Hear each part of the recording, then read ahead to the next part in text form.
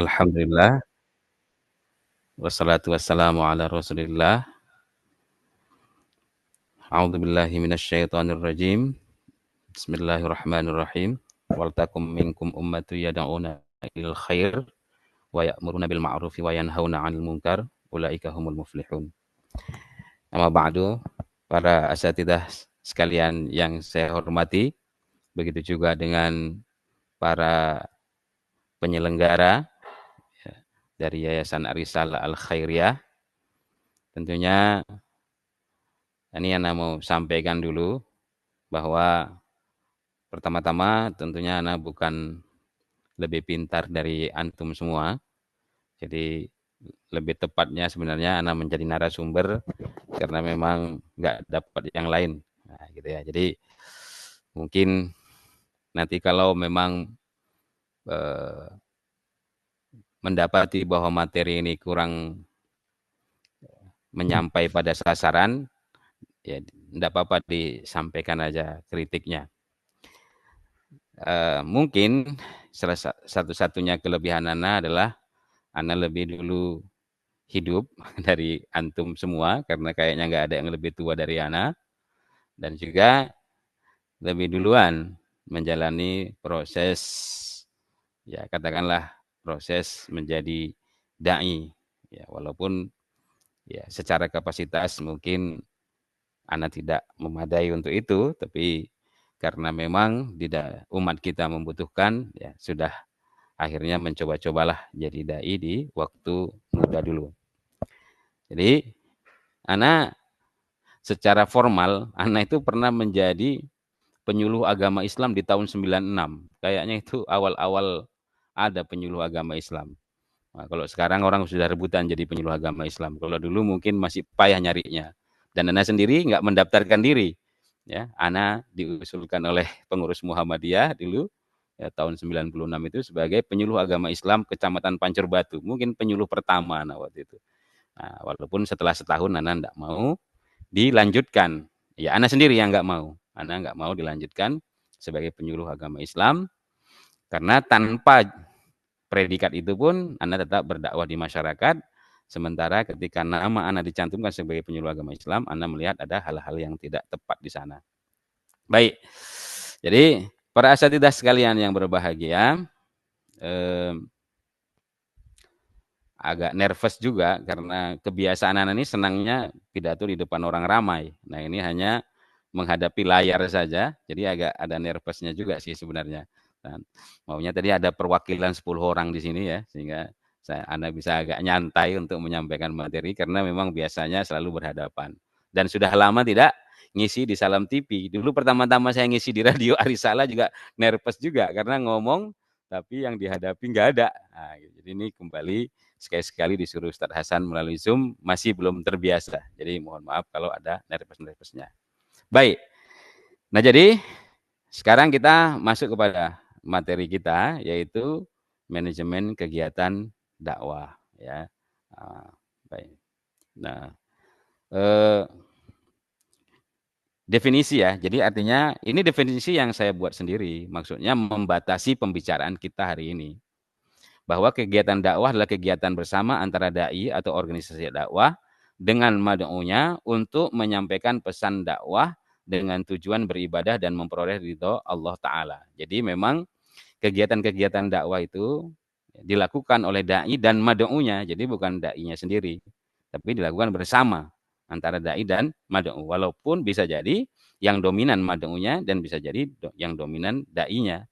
Nah, untuk menyampaikan pesan-pesan dakwah. Jadi kegiatan apapun bentuknya. Nah, kadang-kadang kita terlalu miskin terhadap inovasi bentuk. Jadi bentuk bisa apa saja. Yang penting tujuannya adalah menyampaikan pesan-pesan dakwah. Nah, tujuan utamanya tetap yaitu beribadah dan memperoleh ridho Allah Ta'ala. Jadi terus terang ya kepada para asatizah yang sekarang berada di medan dakwah, kalau bicara mengenai pahala, mengenai ajar di hadapan Allah, ya tentunya kita iri dengan antum semua. Walaupun mungkin antum kadang-kadang juga iri dengan posisi kami. Tapi kalau dilihat atau diingat bahwa balasan yang begitu besar, kemudian antum bekerja sebagai pewaris ya tugas para nabi dan rasul. Nah, itu kadang-kadang kita rasanya wah beruntung sekali kalian itu ya. Dan saya pun merasakan ketika kita berdakwah dekat dengan masyarakat, kita berdakwah langsung di tengah-tengah masyarakat, bukan hanya sekedar dakwah podium ya, tapi berdakwah betul-betul di tengah-tengah umat, di tengah-tengah masyarakat. Itu rasanya kita lebih dekat kepada Allah Subhanahu wa taala. Karena ketika kita berdakwah berhadapan langsung dengan masyarakat, ketidakberdayaan, kelemahan kita dan kesulitan medan dakwah itu betul-betul nyata di hadapan kita. Nah, kalau dakwah-dakwah yang di podium-podium ini ya sudah tahulah antum semua ya, mudah rusak niat kita. Mudah rusak tujuan kita gitu. Jadi kalau dari segi tujuan itu, insya Allah kami ini kadang-kadang kalau teringat merasa iri dengan posisi antum semua, di mana antum menjadi garda terdepan bagi agama kita di dalam penyampaian misi agama kita. Ya. Ini.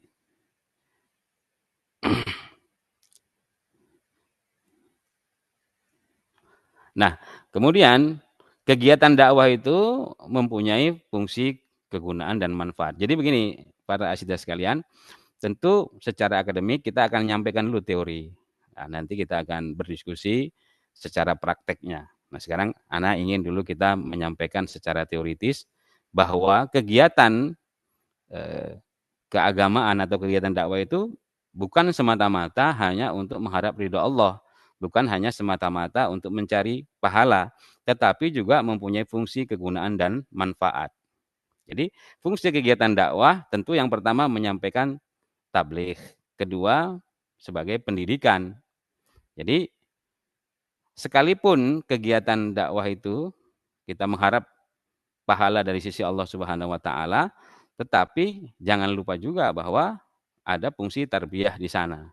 Nah, jadi setelah kegiatan dakwah itu tentu diharapkan pengamalan dari masyarakat itu bertambah. Kemudian ada fungsi pengingat atau tazkirah yang kadang-kadang yang kita sampaikan itu biasa-biasa saja, tapi itu juga mengingatkan supaya jangan lalai.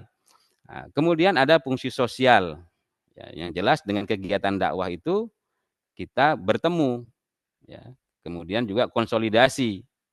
Nah, kemudian ada fungsi transformatif, ya, yang diharapkan mengubah perilaku masyarakat menjadi lebih baik. Nah, kalau bicara tentang fungsi transformatif ini dalam komunikasi-komunikasi dakwah, justru ini adalah merupakan tujuan utama dari dakwah itu. Jadi tujuan utama dakwah itu adalah transformatif, yaitu mengubah perilaku yang negatif menjadi positif. Nah, kemudian kegunaan kegiatan dakwah menjaga kemurnian ajaran Islam. Jadi kalau nggak ada kegiatan dakwah, maka kita khawatir nanti kemurnian dari ajaran Islam itu tercemari dengan adanya dakwah-dakwah atau ajakan-ajakan yang lain dari di luar Islam, ya. Dan seterusnya, dan juga sebagai kontrol sosial. Nah, kalau kegiatan dakwah itu masih hidup, itu ada segannya dari para pelaksana kemungkaran. Kalau tidak ada kegiatan dakwah sama sekali, nggak ada kita kalau dalam bahasa kita daurah ya atau tablik akbar dan lain sebagainya di satu kampung, di satu kawasan. Nah, itu membuat para pendukung kemungkaran, para pendukung kemaksiatan itu menjadi lebih percaya diri.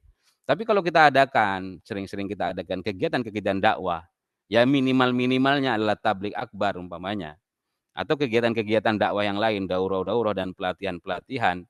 Nah, itu secara sendirinya, walaupun tema-tema kita bukan hal-hal yang langsung menjurus ke sana, nah orang-orang para sponsor-sponsor pendukung kemaksiatan itu akan melihat bahwa oh ini masih solid gitu, masih ada umat yang solid, masih ada umat yang mau melaksanakan kegiatan-kegiatan dakwah. Nah, sedangkan manfaat kegiatan dakwah itu bagi individu mendapat bimbingan menuju kehidupan yang lebih tenang, damai, dan bahagia. Nah, jadi kegiatan dakwah itu bukan hanya ingin menambah ya seperti yang nomor 2 itu kan meningkatkan iman, ilmu, dan amal, kemudian juga membentuk akhlak mulia dan menghindari perbuatan tercela, tapi juga menimbulkan kedamaian, ketenangan bagi mereka yang mengikuti kegiatan-kegiatan dakwah tersebut. Nah, itu dulu ya, waktu adik saya, dan sudah meninggal adik saya itu, rahimahullah. Nah, dia karena sesuatu bisnis dan lain sebagainya itu merasa hidupnya terbebani, stres ya, artinya sumpek, banyak kali masalah. Maka saya menasihatkan kalau kau ada masalah, datanglah ke pengajian, datanglah ke tablik akbar, datanglah ke majelis taklim. Karena akan memberikan ketenangan dan kedamaian. Jadi kegiatan dakwah juga mempunyai fungsi yang seperti itu. Oke, jadi oke kita lewati ya. Nah, jadi itulah ada fungsi kegiatan, ada fungsi kegunaan dan lain sebagainya yang banyak sekali. Oleh karena itu, kegiatan-kegiatan dakwah itu harus dilakukan. Jadi sebagai seorang dai, ya, kita juga harus jadi event organizer. Karena tanpa ada kegiatan-kegiatan dakwah, ya, itu ibarat kalau kata orang Jawa, urip iku urup gitu ya. Nah, dalam orang Jawa itu selalu mengatakan begitu. Bahwa hidup itu memang hidup dia apa namanya menyala gitu. Nah, kalau kita tidak menyala kita tidak dianggap hidup. Nah, kalau kita sebagai seorang dai tidak melakukan kegiatan-kegiatan dakwah atau seremonial-seremonial yang diperlukan, itu nanti kita dianggap nggak ada. Nah, kemudian dia punya fungsi-fungsi yang juga yang lainnya. Jadi mungkin yang perlu saya garis bawahi ya. Jadi ketika kita melaksanakan kegiatan dakwah, maka kita itu ada fungsi show off. Artinya menunjukkan kepada orang-orang yang tidak senang dengan kita, kepada musuh-musuh kita, dan juga kepada masyarakat tentang keberadaan kita. Nah, jadi jangan sampai nanti kita setahun berada di lokasi dakwah bersama masyarakat, kita tidak ada kegiatan yang menunjukkan bahwa keberadaan kita gitu. Nah, ya, jadi itu kita harapkan. Nah, tapi ya kegiatan itu punya dampak. Kenapa kegiatan itu harus sukses? Karena kegiatan itu kalau dia sukses ada dampaknya dan kalau dia gagal juga ada dampaknya. Nah, kalau dia kegiatan itu berlangsung dengan sukses, ya, maka bagi dai-nya sendiri dia punya dampak ya semakin kuat. Ya. Imannya semakin kuat karena setiap kali menyampaikan dia pun menginternalisasi pesannya itu sendiri. Artinya ya semakin yakin, semakin percaya diri, semakin tinggi keimanan kalau kegiatan-kegiatan dakwahnya itu sukses. Kemudian juga meningkatkan ilmu dan keterampilan. Ya, secara sosial, dai itu kalau dia sukses mengadakan kegiatan-kegiatan dakwah, semakin dipercaya, dihormati, dan dijadikan panutan. Nah, hebat tuh Ustadz itu. Buat acara sukses. Semua merasa gembira dan ada apresiasi dari masyarakat yang menyebabkan dai itu akan semakin dihormati karena kemampuan membuat acara itu juga nggak ada pada setiap, maksudnya tidak setiap orang punya kemampuan untuk membuat acara-acara termasuk acara dakwah. Karena itu ketika seorang dai sukses melaksanakan kegiatan-kegiatan dakwah itu kepercayaan masyarakat akan semakin tinggi. Nah, secara psikologis juga masyarakat akan secara psikologis ya dai itu kemudian akan semakin percaya diri dan jaringannya akan semakin luas. Jadi terkenal tuh. Oh, si Anu kalau buat acara atau kalau organisasi Yayasan Arisalah kalau buat acara, acaranya bagus, paten, hebat acaranya. Maka jaringan akan terbuka. Pihak-pihak lain yang tadinya umpamanya tidak memandang atau memandang sebelah mata, nah kemudian ingin mengajak kerjasama, bahkan mungkin sangat mungkin untuk mencari mendapatkan sponsor, ya. Nah, sedangkan dampaknya bagi Mad'u apabila kegiatan itu berhasil ya mirip-mirip juga ya. Jadi akan bertambah keimanannya, kemudian ilmu dan keterampilan tentunya ya, semakin percaya diri, ya, kemudian eh, mendapat kepuasan batin dan juga terbukanya jaringan karena ketika acara itu berhasil, Mad'u itu menikmati, mendapatkan manfaat yang besar, ya, kemudian bertemu dengan sesama Mad'u dari tempat lain mungkin atau dari organisasi lain atau yayasan lain. Nah, itu membuat terbukanya jaringan ataupun relasi. Nah, dan itu bisa menguatkan identitas.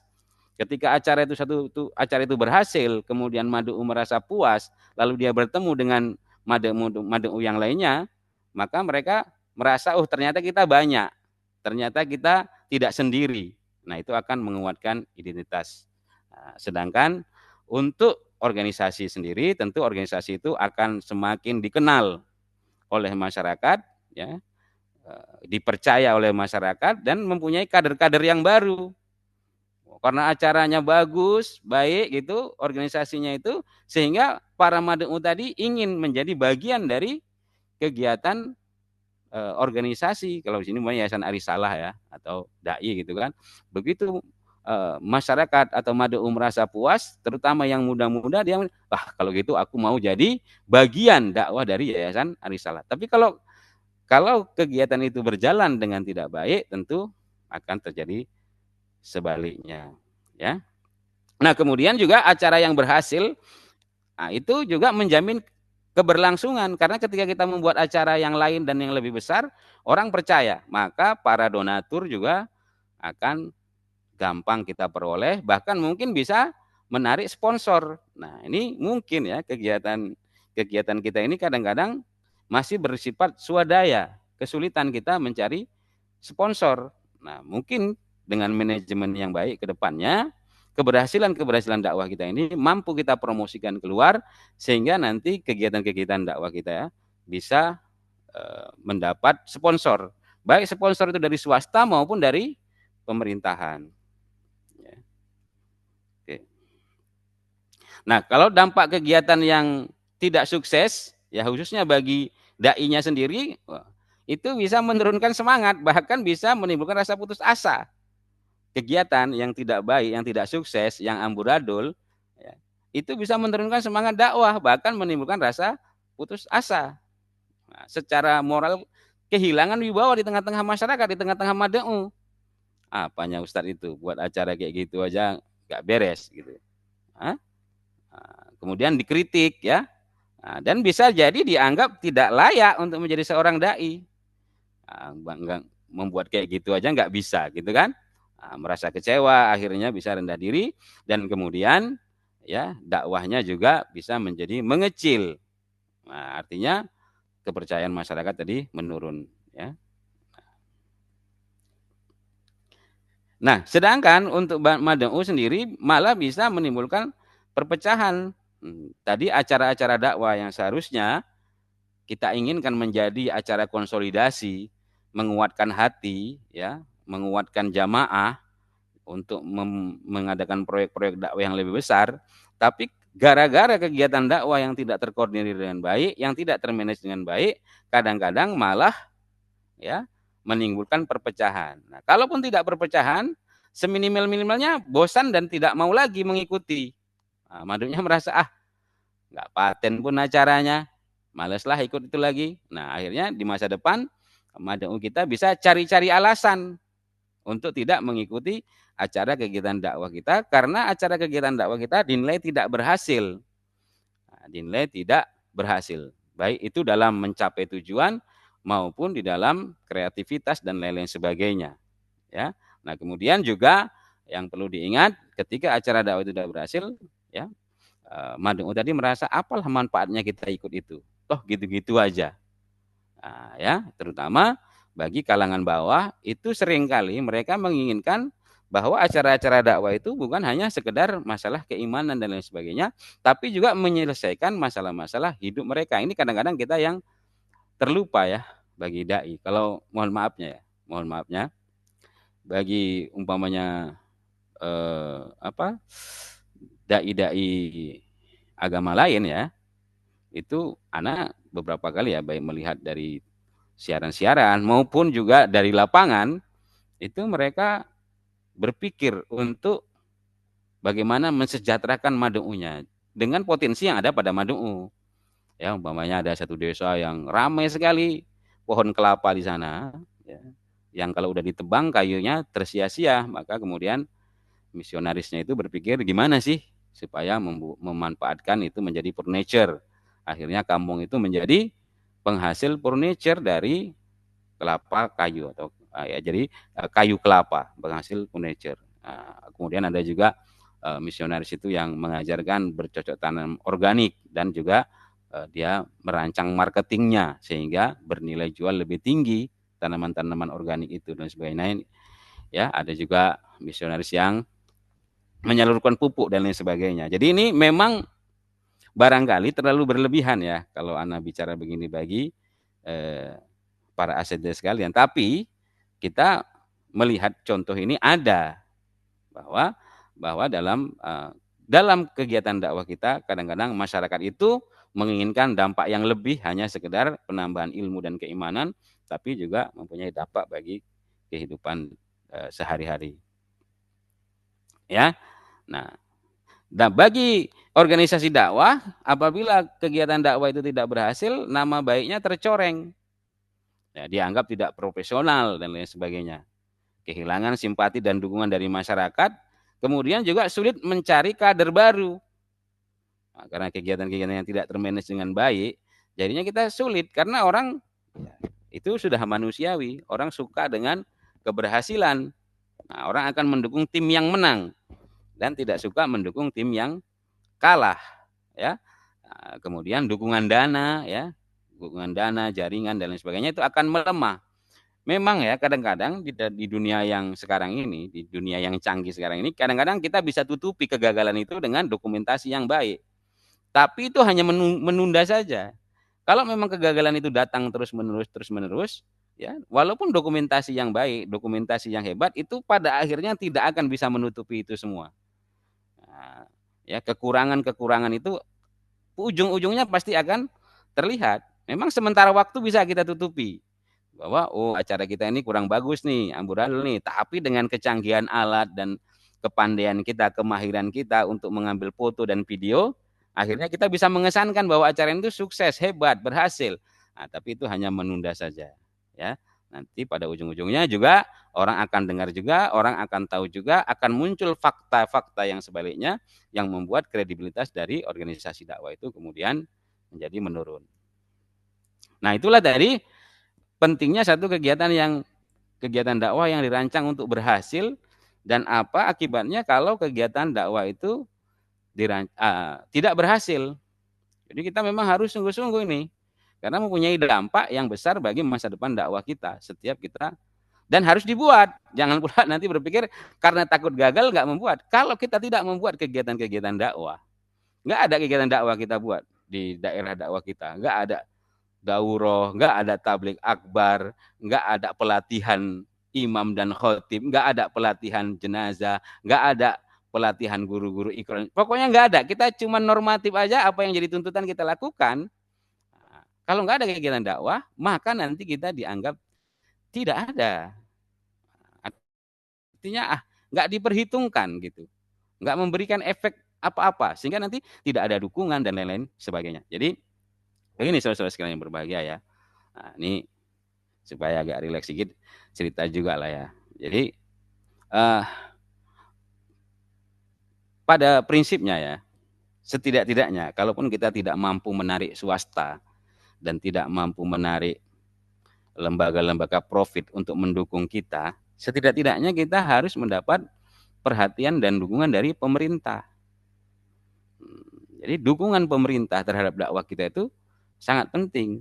Bagaimana kita mendapat dukungan pemerintah? Nah, kalau begitu kita pun harus mengintip apa program-program pemerintah yang bisa kita dukung. Nah, jadi kita intip tuh apa program pemerintah yang bisa kita dukung. Nah, kalau begitu kita masuk mendukung mereka. Nah, jadi kalau dulu ya masa-masa itu umpamanya pemerintah menggalakkan Karang Taruna. Nah, kita sebagai dai masuklah ke dalam Karang Taruna dan mewarnai, menjadikan kan banyak juga daerah-daerah yang mayoritas itu umat Islam. Nah, kalau itu tepat itu. Tapi kalau umpamanya yang minoritasnya umat Islamnya, contoh yang seperti tadi ya, masuk ke dalam Karang Taruna itu bisa nggak tepat. Karena namanya mayoritas bukan Muslim, nanti kita nggak bisa mengarahkan kegiatan-kegiatan itu. Tapi kalau yang mayoritas umat Islam, oh, kita lihat. Dulu masa kami itu pemerintah giat mencanangkan Karang Taruna. Kalau sekarang mungkin lain. Sekarang pemerintah sekarang mungkin koperasi. Nggak tahu itu serius apa enggak pemerintah. Nah kalau gitu kita lihat mungkin kita bisa menjadi bagian dari koperasi.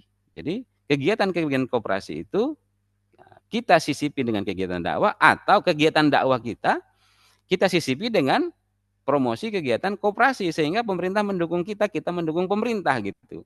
Nah, jadi kalaupun kita enggak, karena dukungan pemerintah itu, pemerintah desa, pemerintah kecamatan, nah itu sangat penting sekali untuk kegiatan dakwah kita itu supaya jangan jalan di tempat, supaya terus berkembang. Jadi kalau kita nggak bisa narik dukungan swasta, nggak bisa narik dukungan lembaga profit, sekurang-kurangnya kita bisa mendapat dukungan dari pemerintah desa, dari Babinsa, dari Koramil, dari Polsek, dari KUA dan lain sebagainya, dengan cara apa? Ya memanfaatkan apa program-program mereka yang kita bisa berkolaborasi dengan mereka.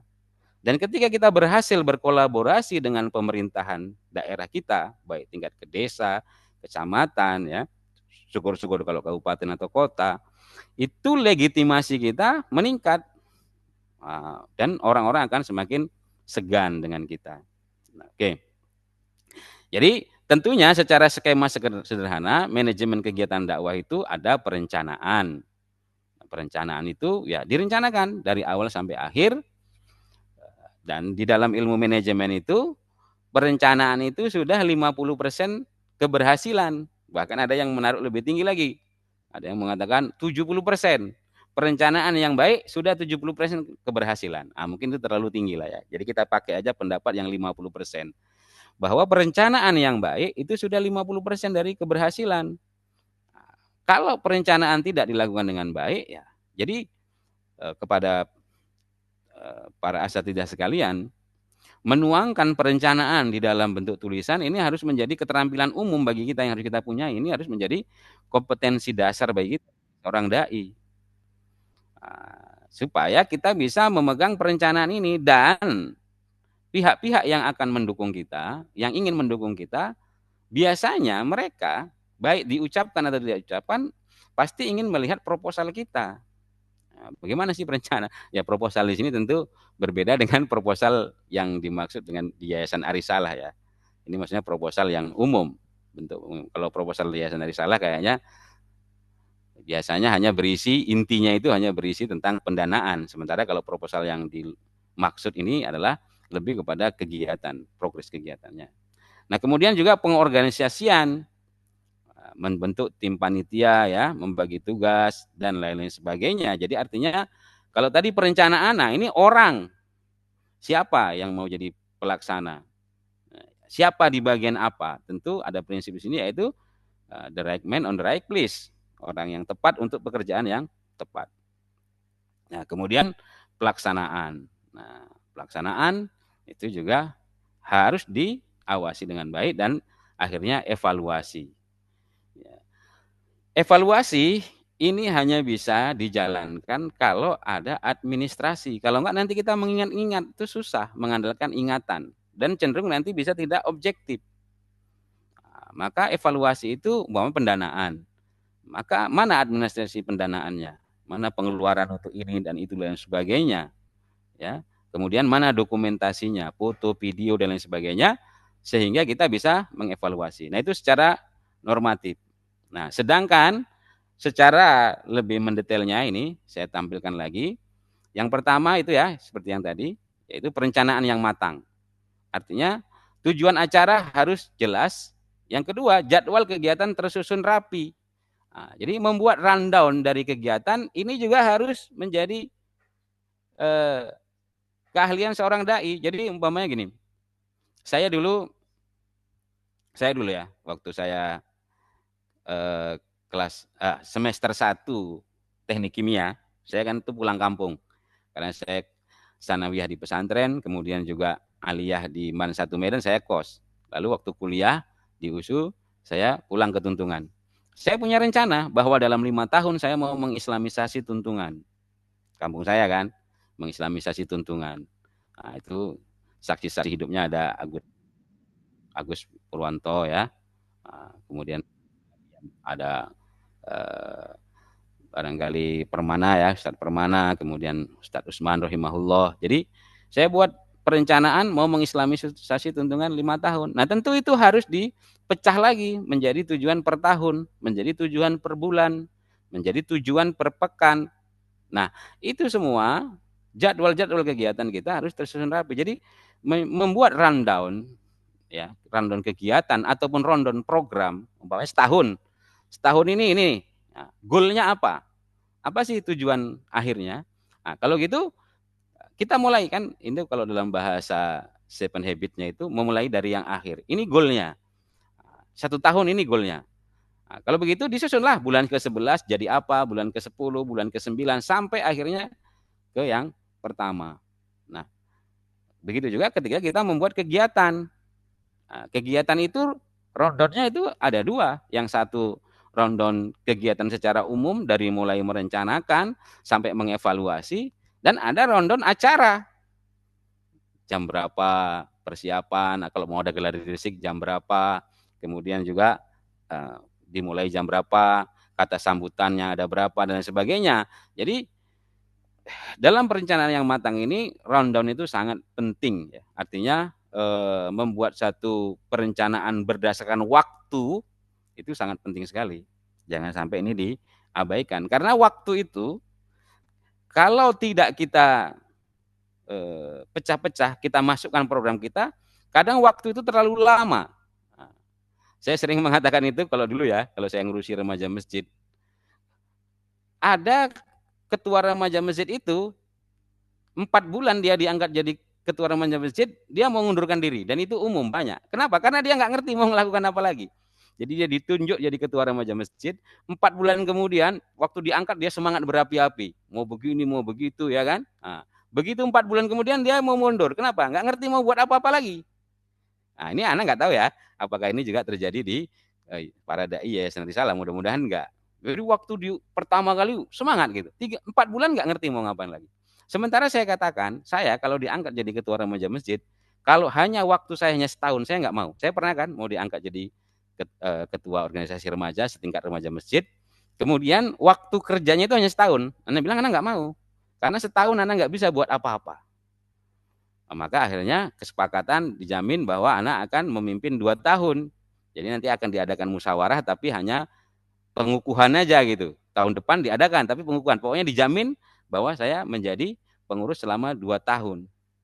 Nah, kenapa? Karena anak merasa setahun mau ngapain? Terlalu sedikit yang bisa anak buat. Nah, kalau 2 tahun oke. Nah, 2 tahun mungkin anak bisa buat perencanaan kegiatan yang lebih matang, yang lebih panjang, sehingga menghasilkan. Kan itu kan ibarat kita menanam padi, menanam jagung, menanam sawit dan sebagainya. Kita mau panen. Jangan siap bersih-bersih ya, baru dicangkol, tahu-tahu kita harus pergi diganti. Ya, pokoknya antum ya menjadi dai. Antum kan harus punya goal. Jangan sampai goal antum belum tercapai, antum udah selesai jadi dai, harus diganti yang lain. Nah, ini harus antum bilang sama Yayasan Arisalah. Wah, Ana mau jadi dai ini, mau goalnya ini, maka beri anak kesempatan sekian waktu. Kalau itu tidak disusun, waktu setahun pun akan terasa terlalu lama. Tapi begitu kita membuat, setahun 12 bulan, target setiap bulan ini. Nah, sebulan 4 pekan, setiap pekan targetnya ini.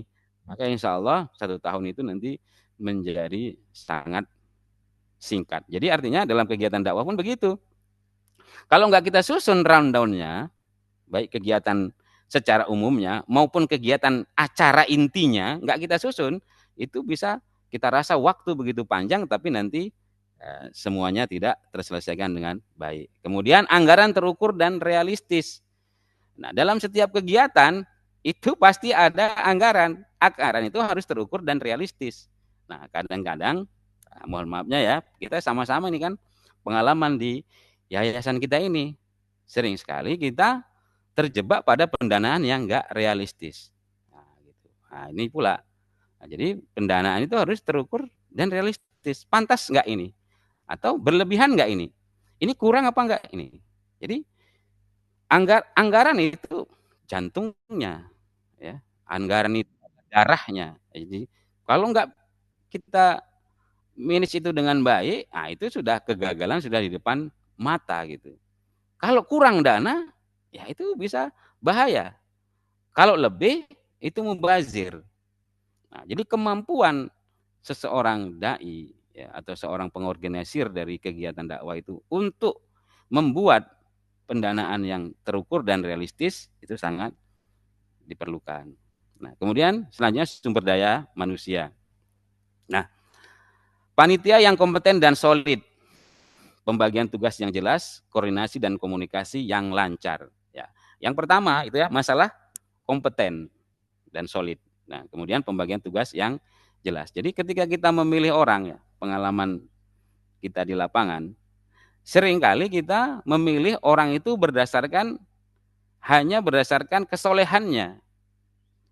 Nah, jadi kalau pokoknya jabatan ketua harus yang paling soleh, ya itu alhamdulillah itu baik, itu benar, nggak salah.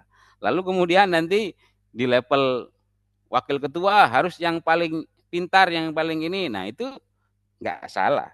Cuman yang perlu kita ingat bahwa di dalam ketika kita merancang satu kegiatan, maka kita perlukan orang-orang yang, apalagi ini kegiatan non profit ya, kegiatan dakwah, kegiatan sosial, itu sangat kita perlukan orang-orang yang mau bekerja sesuai dengan passion dia. Sehingga jangankan nggak digaji, mengeluarkan uang sendiri pun dia mau gitu. Kenapa? Karena itu sesuai dengan passion dia. Kalau orang yang umpamanya kita berdasarkan kesolehan, ya itu tadi saya katakan tidak salah ya. Tapi dia nggak punya passion di situ, dia bisa gampang buntu terhadap pekerjaan. Jadi umpamanya, oh ini mendekor. Siapa yang passionnya di mendekor? Ya serahkan sama dia. Siapa yang passionnya itu menjumpai orang, ngomong sama orang, oh kita ada acara nanti nih, jangan lupa datanglah dan sebagainya. Nah itu serahkan kepada orang yang memang hobinya seperti itu. Kemudian megang kamera. Siapa yang memang punya hobi megang kamera?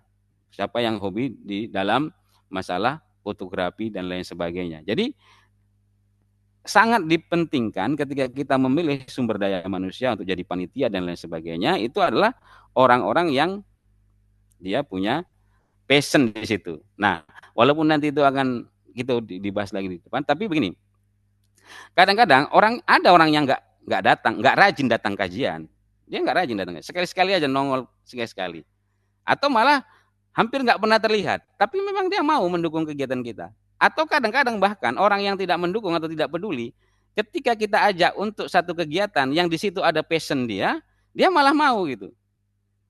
Bang, nanti ini kita mau ada acara ini, bisa nggak abang jadi tukang fotonya? Yang selama ini mungkin dia nggak pernah ikut kajian, bahkan terkesan nggak perlu ini. Tapi karena hobi dia fotografi, wah dia semangat. Oke, bisa lah aku nanti yang jadi ininya, nggak dibayar pun nggak apa-apa katanya. Nah, bisa kita ketemu orang seperti itu ya. Pengalaman saya di kegiatan dakwah di lapangan, kadang-kadang kita bisa ketemu dengan orang-orang yang seperti, bukan kadang lah ya, sering gitu. Kita aja kadang yang enggan, tapi karena saya memang dakwahnya dulu di kampung saya sendiri, tentu saya bisa lebih bebas gitu. Jadi, oh ini passionnya di sini. Walaupun dia nggak pernah ngaji, nggak pernah apa, panggil. Nanti kita mau buat acara ini. Mau nggak mendukung kami gini? Wah, ya mau karena memang passionnya di situ. Jadi ini perlu kita menemukan atau membuat petanya di masyarakat kita, mana orang-orang yang seperti itu. Yang mungkin secara kajian nggak rajin, nggak apa, tapi nah, memang sebagai seorang dai kita nanti berhadapan dengan madhep kita. Mereka akan mempertanyakan, kenapa Ustadz kok pilih dia? Dia aja ini. Kita jelaskan bahwa kita memilih dia supaya acara kita ini berhasil dan kita memang membutuhkan dia. Karena dia punya passion di situ. Nah, kemudian koordinasi dan komunikasi yang lancar ya. Ini sangat penting sekali jika kita melakukan kegiatan dakwah, baik yang bersifat panjang maupun yang bersifat eksternal. Koordinasi dan komunikasi yang lancar. Jangan sampai terjadi pembungkaman. Jangan sampai nanti ketika ada masalah orang dinilai tidak kreatif.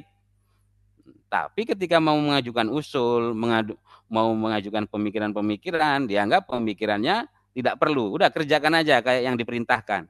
Tapi ketika gagal disalahkan, tidak kreatif dan lain sebagainya. Ini adalah hal yang bertentangan. Jadi di dalam kegiatan dakwah pun kita perlu jangan memaksakan top down terlalu besar. Memang ada masanya perintah dan koordinasi memang strike dia dari atas ke bawah. Tapi ada masanya kita harus dari bawah juga, dari bawah dengarkan gitu. Jadi koordinasi dan komunikasi itu jangan sampai tidak lancar atau dihambat. Kemudian dana dan anggaran. Nah, dalam kegiatan ya pasti ketersediaan dana yang cukup. Nah, kalau nggak cukup, nah itu payah itu. Nah, ini makanya ini penyelenggara dari Yayasan Arisalah ya, supaya didengarkan kami yang di bawah ini ya. Kadang-kadang kami paham bahwa namanya dana itu amanah dari umat ya, memang harus dia menjelimet ya. Dan ini juga harus menjadi tantangan kita bagi dai dan sebagainya, harus bisa menyampaikan tentang kepentingan atau keperluan dana itu. Nah, tapi dana yang jelasnya harus cukup. Nah, kalau nggak cukup dari dalam diri kita sendiri, maka kita harus mencari bantuan ataupun sponsor. Nah, makanya saya katakan tadi bahwa penting bagi kita punya kedekatan dengan stakeholder dan juga pemerintah. Karena pemerintah kalau dia didukung kegiatan dia, ya, pemerintah pun punya dana-dana untuk pembinaan kepada masyarakat. Nah, kemudian pengelolaan anggaran yang transparan. Kalau anggaran kita tidak transparan, nanti orang tidak mau lagi. Nah, jadi dan transparansi di zaman sekarang ini lebih detail ya. Jadi Ana ya, pengalaman Ana di beberapa kali musyawarah ya di Muhammadiyah gitu kan. Muhammadiyah kan banyak orang-orang terdidik. Nah, ini banyak yang terjadi persoalan karena pengelolaan anggaran itu tidak transparan. Bukan kita mengatakan dikorupsi dan lain sebagainya, tapi tidak transparan dan itu sudah menimbulkan masalah. Apalagi kalau sempat dikorupsi ya itu jadi masalah lagi. Jadi untuk penyelenggaraan ya kegiatan dakwah sangat perlu pengelolaan anggaran yang transparan. Jadi perlu kita belajar pembukuan keuangan atau laporan keuangan yang transparan. Ini kalau suara saya nggak jelas nanti diingatkan ya. Kemudian sponsor atau dukungan pihak lain yang diperlukan. Nah, jadi seorang dai, seorang penyelenggara dakwah, ini juga harus mempelajari bagaimana mendapat dukungan dari sponsor dan pihak lain. Saya dulu waktu mahasiswa, itu sudah saya jajaki. Ya, saya mengajukan proposal ke Lonsum, ke Basnas, ke KFC pun pernah dulu tuh waktu jadi mahasiswa. Nah, jadi kita mengerti sedikit-sedikit lah gitu apa yang diinginkan. Jadi dia tipenya macam-macam itu perusahaan itu ya. Yang seingat saya ya dulu di Lonsum. Di Lonsum itu dia pokoknya proposal yang masuk, terutama kalau ada kenalan kita ya di dalam, itu nggak ada yang ditolak. Dia dikasih. Cuman berapa dikasihnya itu dia kayak ada pola-pola persentase. Pokoknya kita ajukan 5 juta, dana kita nanti dikasih 500.000. Jadi ada seperti pola seperti itu. Jadi masukkan aja, kita bilang sama yang kita kenal di dalam, tolong ya dikawal proposal kami, ini. Kemudian kalau di KFC dulu, dia bilang, apa manfaatnya buat kami? Artinya kita memang ketika mengajukan proposal, kita udah siap. Ini manfaat benefit yang Bapak dapat. Bapak akan dikenal, boleh buka stand, dan lain sebagainya. Ya. Nah, kalau di Basnas itu mirip tadi kayak di Lonsum tadi. Nah, pengalaman Ana ya di Basnas tidak pernah ditolak, selalu dapat. Dulu ya waktu saya jadi mahasiswa. Jangan kalian tanya hari ini, enggak. Setelah saya berumah tangga, saya nggak mau lagi ngajukan proposal. Waktu awal-awal rumah tangga masih. Tapi setelah itu saya khawatir nanti dicurigai saya cari makan di situ karena memang ada kenyataan orang-orang yang hidup dan kaya dari proposal ada. Jangankan hidup, kaya dari proposal pun ada. Memang ada gitu.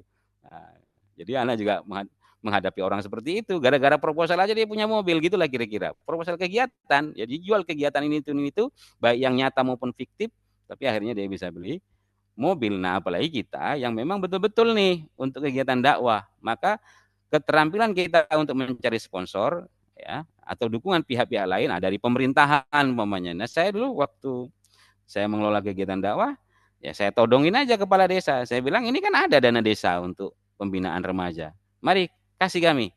Nah, berapa Bapak bisa kasih? Nah, jadi akhirnya kita selalu dapat walaupun ya kecil namanya.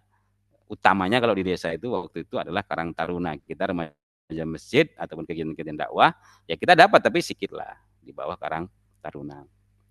Jadi kemampuan kita untuk menggalang dana dari sponsor itu memang harus kita pelajari ya. Walaupun ya kalau sekarang anak nggak tahu mungkin sudah lebih ke arah media sosial. Ya, jadi tapi kalau dulu begitu pengalaman anak ya, anak masuk ke jadi gini agak menyimpang sedikit ya. Jadi gini asatidz sekalian ya. Saya dulu melakukan kegiatan-kegiatan ya. Fokus saya dulu mad'u saya adalah remaja masjid.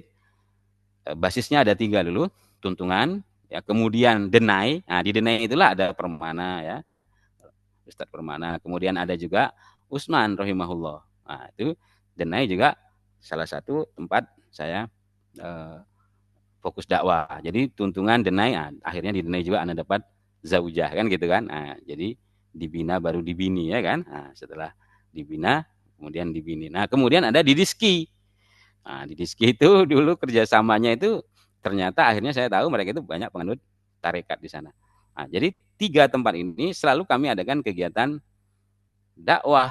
Nah, jadi kan itu nggak cukup tuh hanya untuk eh, jadi anak selain memikirkan kegiatan, jadi sudahlah kita memikirkan apa kegiatannya, kita yang jadi panitia, kita yang jadi pengelola, kita juga yang cari dananya. Nah, itu dulu pengalaman saya waktu muda. Jadi ibaratnya Madeu itu hampir-hampir terima beres gitu. Kita yang datangkan panitianya, panitianya pun kita yang buat, kita yang datangkan gitu. Jadi peserta aja apa jemaah. Nanti kalau pesantren kita cari instrukturnya, dananya pun kita yang cari dan alhamdulillah dulu-dulu itu pengalaman anak ya, kita selalu dapat dana-dana yang berlebih lah karena kita usahakan maksimal ke semua tempat tuh kita dapat dana. Nah, kemudian tempat dan fasilitas. Lokasi strategis. Nah, ini sangat penting sekali. Jadi kita melihat ya beberapa kajian itu lokasi jadi kendala. Nah, kadang-kadang lokasinya sudah strategis tapi parkirnya nggak memadai. Nah, itu akan jadi keluhan-keluhan bagi Madeo gitu. Wah, payah pun dan lain sebagainya. Nah, kemudian kapasitas sesuai dengan jumlah peserta. Ya, kalau pesertanya sedikit, tempatnya terlalu luas, nah itu harus dikondisikan karena dia nanti bisa nggak bagus. Karena kadang-kadang jemaah ini kan nggak bisa kita umpamanya tiru kayak jemaah tablik. Nah, kalau jemaah tablik dia seberapa besar ruangan pun, seberapa besar itu, wah, kalau udah ustadznya berdiri semua ngumpul rapat-rapat dekat ustadznya. Kadang-kadang kan ada jemaah yang tidak seperti itu. Kalau tempatnya luas sementara jemaahnya sedikit, wah orangnya berserak. Jadi kapasitas peserta dengan tempat itu perlu diperhitungkan. Jangan orangnya sedikit tapi kita pilih tempat yang sangat luas. Jangan. Walaupun memang kadang-kadang kita perlu membuat kegiatan di Masjid Agung, Masjid Raya, supaya spanduk kita itu menunjukkan keberadaan kita. Oh, sebenarnya kita peserta kita sedikit nih, kita udah tahu ini bakal nggak banyak yang datang. Tapi sekali-sekali kita perlu tuh pasang spanduk di Masjid Agung, di Masjid Raya sebagai show off gitu, sebagai menunjukkan keberadaan kita. Nah, kemudian fasilitas memadai ya, baik panggung, sound system, kursi, penerangan. Nah, yang paling penting sekali sound system. Nah, sound system itu sangat penting sekali. Jadi ada beberapa kegiatan yang kita itu orangnya ramai. Nah, ini tantangan bagi orang yang ramai. Jadi gini, asatidz sekalian, mungkin juga udah pada tahu lah ya, tapi kita ulang aja ini supaya jangan terjadi lagi nanti jadi pengingat. Kalau acara itu di atas 500 orang, itu kita cek sound itu ketika orang kosong, itu udah bagus. Udah pas nih soundnya ketika jemaah belum ada. Tapi begitu jemaah datang 1.000 orang, soundnya itu menjadi nggak terdengar lagi. Nah, ini jadi harus ada orang yang pandai memang cek sound bahwa oh kalau orangnya sedikit begini, nah, kalau orangnya banyak begini lagi. Jadi di Asuna sendiri pun sering kejadian. Ketika dites sudah mantap suaranya karena ngetesnya pada waktu kosong. Begitu datang Mad'u atau umatnya 1.000 orang, suaranya tak terdengar lagi, hilang dia suaranya. Kenapa? Karena waktu ngeceknya dalam keadaan kosong. Ya, oke. Kemudian peserta dan undangan. Nah, target peserta yang tepat. Strategi publikasi dan promosi yang efektif. Jadi jangan hanya bergantung pada keimanan orang. Alah, kalau orang beriman pasti datang, udah kita umumkan. Nah, kita butuh strategi dan publikasi dan promosi yang memastikan target yang kita inginkan itu dapat. Jadi umpamanya kita mau buat acara nih, target kita 1.000 orang. Minus 2, minus H2, H-2, maaf. H-2, ya kita pastikan berapa yang mau hadir. Nah, itu kok waktu saya jadi humas itu jadi beban Nana itu kan, humas Teh Asuna. Kalau kita ada acara, kemudian Ana sebagai humas harus pandai memprediksi undangan. Nah, jadi kadang-kadang kita bilang gitu kan, kadang-kadang panitia nanya ke kita, Mas, ini undangan kita ini kok banyak kali. Enggak, yang datang nanti itu separuh, dia bilang. Karena berdasarkan kebiasaan, kita udah bisa memprediksi bahwa kalau acara seperti ini yang datang setengahnya dari undangan. Nah, kalau pesta itu lain. Nah, pesta itu lain. Undangannya 500, kita siapkan konsumsi 1.500. Nah, kalau acara wisuda, gimana memprediksinya? Kalau acara ini, nah itu juga harus dikawal. Bahwa kita mengundang orang, kita harus kawal berapa yang hadir. Nah, jangan sampai nanti terjadi hal-hal yang membuat frustasi. Kita undang nih 1.000. Kita pikir 1.000 diundang itu datanglah 1.000. Tahu-tahu datang 15 orang, 20 orang. Nah, itu bisa menimbulkan rasa frustasi. Begitu juga sebaliknya. Kita sangka kita undang 50, yang datang 50, rupanya yang datang 200. Sehingga terjadi keributan masalah konsumsi, parkir, dan lain-lain sebagainya. Jadi peserta undangan ini harus betul-betul kita manage. Nah, kemudian pelayanan yang ramah dan profesional. Nah, ini juga harus kita pelajari nih, gimana nanggapi WA, ya, nanggapi, karena tipikal orang beda-beda, tapi pelayanan kita bisa kita standarisasi. Oh gini loh, kalau mengelola ini komunikasinya begini. Gitu. Jadi itu juga harus di. Ini ya. Kemudian waktu pelaksanaan, nah ya, pemilihan tanggal dan jam yang tepat. Ya, tidak berbenturan dengan acara lain. Nah ini ketika kita menentukan hari, tanggal, acara, itu perlu feeling yang luar biasa. Salah kita menetapkan hari, tanggal, nah, dah, yang mau datang tak ada. Ya, jadi Ana dulu mengelola satu organisasi yang setelah Ana tentu dilanjutkan oleh adik-adik Ana, kaderisasi kan. Nah, ketika adik-adik Ana ini melaksanakan acara, seringkali tidak ada yang datang atau yang datang itu sangat sedikit, tidak sesuai dengan harapan. Maka mereka tanya ke Ana gitu, Bang, kenapa kalau dulu abang yang buat acara ramai, kok kami yang buat acara kok sunyi? Ya, Ana bilang, antum tidak tepat dalam pemilihan waktu. Nah, ini anak-anak di sekolah Senin besok ujian, antum buat hari Ahad, ya nggak ada yang datang karena peserta targetnya adalah anak sekolah remaja. Judulnya memang remaja masjid, tapi kan mereka anak sekolah gitu. Nah, jadi memprediksi waktu itu sangat penting. Tanggal dan waktu harus betul-betul yang mad'u kita yang mau kita undang ini secara umum memang kosong. Begitu juga kalau kita mengundang pejabat. Nah, kita mengundang pejabat yang pegawai negeri umpamanya. Kita undang di hari Ahad. Pejabatnya orang Medan. Kita ini acara di Serampah. Serampah itu kan masih banyak pejabatnya orang Medan. Ya, hari Ahad nggak mau dia. Hari Ahad dia pulang ke Medan, mau berkumpul bersama keluarganya. Makanya seperti umpamanya di daerah Langkat ya. Nah, kalau yang pegawai negeri kalau pesta nggak hari Sabtu hari Ahad, mereka pesta hari Kamis. Kalau di Medan kan pesta hari Sabtu hari Ahad. Kalau di sana Anda lihat pegawai negeri itu pestanya hari Kamis. Kenapa? Karena kalau pestanya hari Sabtu atau hari Ahad, kawan-kawannya yang PNS nggak bisa datang karena kebanyakan PNS-nya ya punya 2 alamat ya. Nah, dan alamat yang keduanya kebanyakannya di Medan. Jadi memilih waktu itu sangat penting sekali ya. Nah, begitu juga dengan jam. Nah, kemudian ketepatan waktu mulai dan selesai. Nah, ini kita seringkali menghormati orang yang terlambat. Nah, padahal ini efeknya bahaya bagi pelaksanaan kegiatan kita yang akan datang. Bisa ditandai kita. Oh, kalau Ustadz itu atau kalau Yayasan Arisalah itu kalau mengadakan acara pasti mundur. Nah, ini bahaya. Jadi bisa kita buat satu hal yang logis. Umpamanya perencanaan jam 9, undangan jam 9, acara mulai setengah 10. Nah, itu bisa seperti itu. Tapi jangan kita buat acara mulai jam 10, terus kebiasaan kita mundur 1 jam, mundur 1,5 jam. Nah, ini bisa ditandai nanti oleh Mad'u, lalu menurunkan kepercayaan. Ah, nggak bisa itu. Kalau orang itu mengadakan acara, pasti terlambat, pasti apa gini. Nah, nanti suatu waktu kita ini, umpamanya kita undang ustadz besar, dia maunya tepat waktu karena dia banyak jadwal.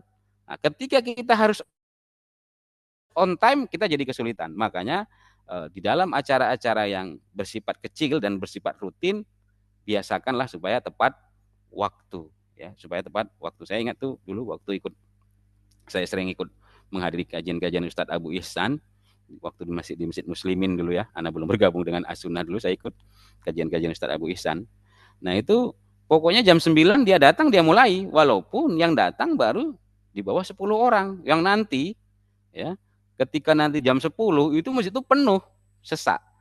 Tapi waktu dimulai seringkali jumlah kami itu masih 15 orang gitu. Dan dia mulai saja gitu. Tapi sudah tergambar di tengah-tengah ya, mad'u bahwa kalau ustadz itu kalau udah waktunya dia datang dia akan mulai. Jadi ini harus jadi kebiasaan kita walaupun memang umumnya orang Indonesia sulit, tapi ini harus kita biasakan. Begitu juga selesai, selesai juga harus tepat waktu. Jangan sampai masyarakat atau mad'u itu merasa kesal karena dia sudah merencanakan siap ini aku mau ke sana, mau ada ini dan itu. Jadi waktu pelaksanaan itu ini menjaga kepercayaan ya supaya nanti mad'unya jangan ganti-ganti. Nah, ya. Hari ini mad'unya ini 10 orang. Minggu depan atau bulan depan 10 orang juga tapi orangnya udah ganti. Nah, kalau itu bisa bahaya. Bisa nanti kita tidak berhasil dalam kegiatan kita. Konsep dan kreativitas acara. Nah, ya itu bisa dilihat ya. Tema acara menarik dan relevan. Nah, ini tadi relevan ini tadi bisa kita masukkan yang di sana ada program pemerintah sehingga kita bisa mendapat dukungan dari pemerintah. Nah, jadi kreativitas kita lah gitu, dikonsep supaya kreatif. Gimana kegiatan kita, memang tujuan kita tercapai, tapi mendapat dukungan dari aparatur pemerintahan. Ya, susunan acara tidak membosankan, ada nilai tambah atau daya tarik khusus. Jadi gini, saudara-saudara para peserta sekalian, menurut saya ya seharusnya acara-acara dakwah kita itu dikonsep seperti fungsi dari media gitu, media massa. Nah, fungsi media massa itu kan minimal ada 3, pendidikan, informasi dan hiburan. Jadi dalam acara-acara yang kita gagas, yang kita kalau bisa menurut saya ya, harus ada nilai hiburannya. Apa itu? Itulah yang perlu kita konsep. Nah, supaya ya umpamanya seperti umpamanya anak-anak tampil pidato. Nah, itu juga satu hiburan bagi sebagian orang ya. Atau dipisahkan ya. Saya pernah menghadiri satu kegiatan di mana bapak-bapak dan ibunya itu dengan anak-anak dipisah. Bapak-bapak ibunya sendiri, anak-anaknya ada yang jadi ada bagian dari panitia yang ngurusi anak-anak. Jadi anak-anak itu diajak lomba menggambar ya. Kemudian cerita-cerita kisah-kisah Islami dan sebagainya. Jadi orang tua fokus kepada kegiatan dan tidak terganggu. Fokus orang tuanya pada kegiatannya. Sementara anak-anaknya ada yang ngurus sendiri. Dibuatlah lomba mewarnai. Kemudian nanti sekali-sekali orang tuanya keluar untuk mengontrol sebentar, balik lagi. Tapi memang sudah, saya kira itu satu kegiatan yang kreatif ya. Anak pernah itu ikut, anak dengan istri ya, ikut satu kegiatan. Nah, kemudian anak lihat anak-anak mana gitu kan. Nah, ternyata dibilang istri, anak-anak di sana dikumpulkan, mereka ada kegiatan sendiri. Nah, itu juga satu hal yang menarik. Nah, kemudian nilai tambah.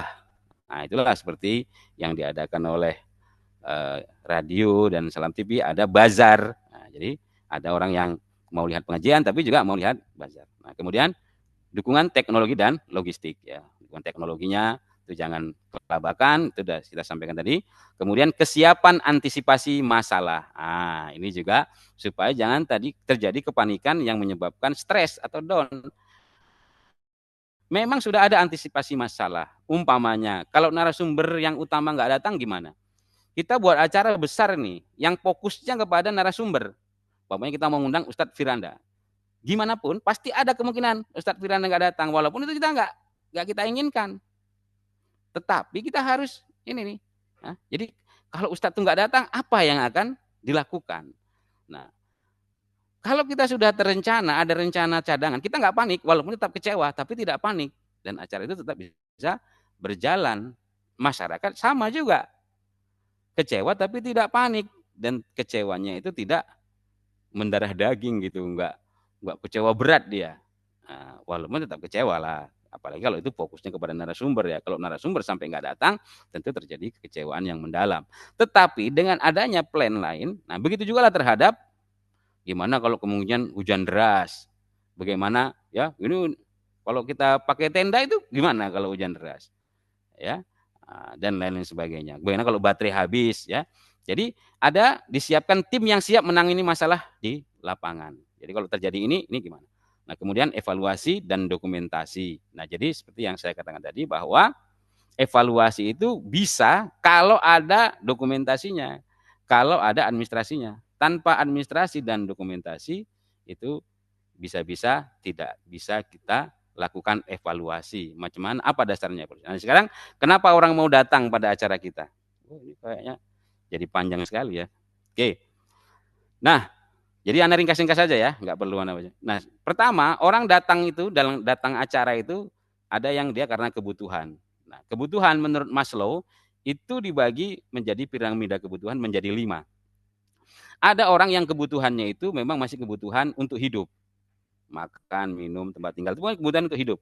Yang kedua, ada kebutuhan orang itu adalah kebutuhan rasa aman. Rasa aman gitu, bahwa kerjaannya tetap ada, anaknya bisa sekolah, kalau nanti sakit ada tanggungan BPJS dan sebagainya. Itu namanya kebutuhan terhadap rasa aman. Yang ketiga, ya, kebutuhan untuk berkumpul, bersosialisasi.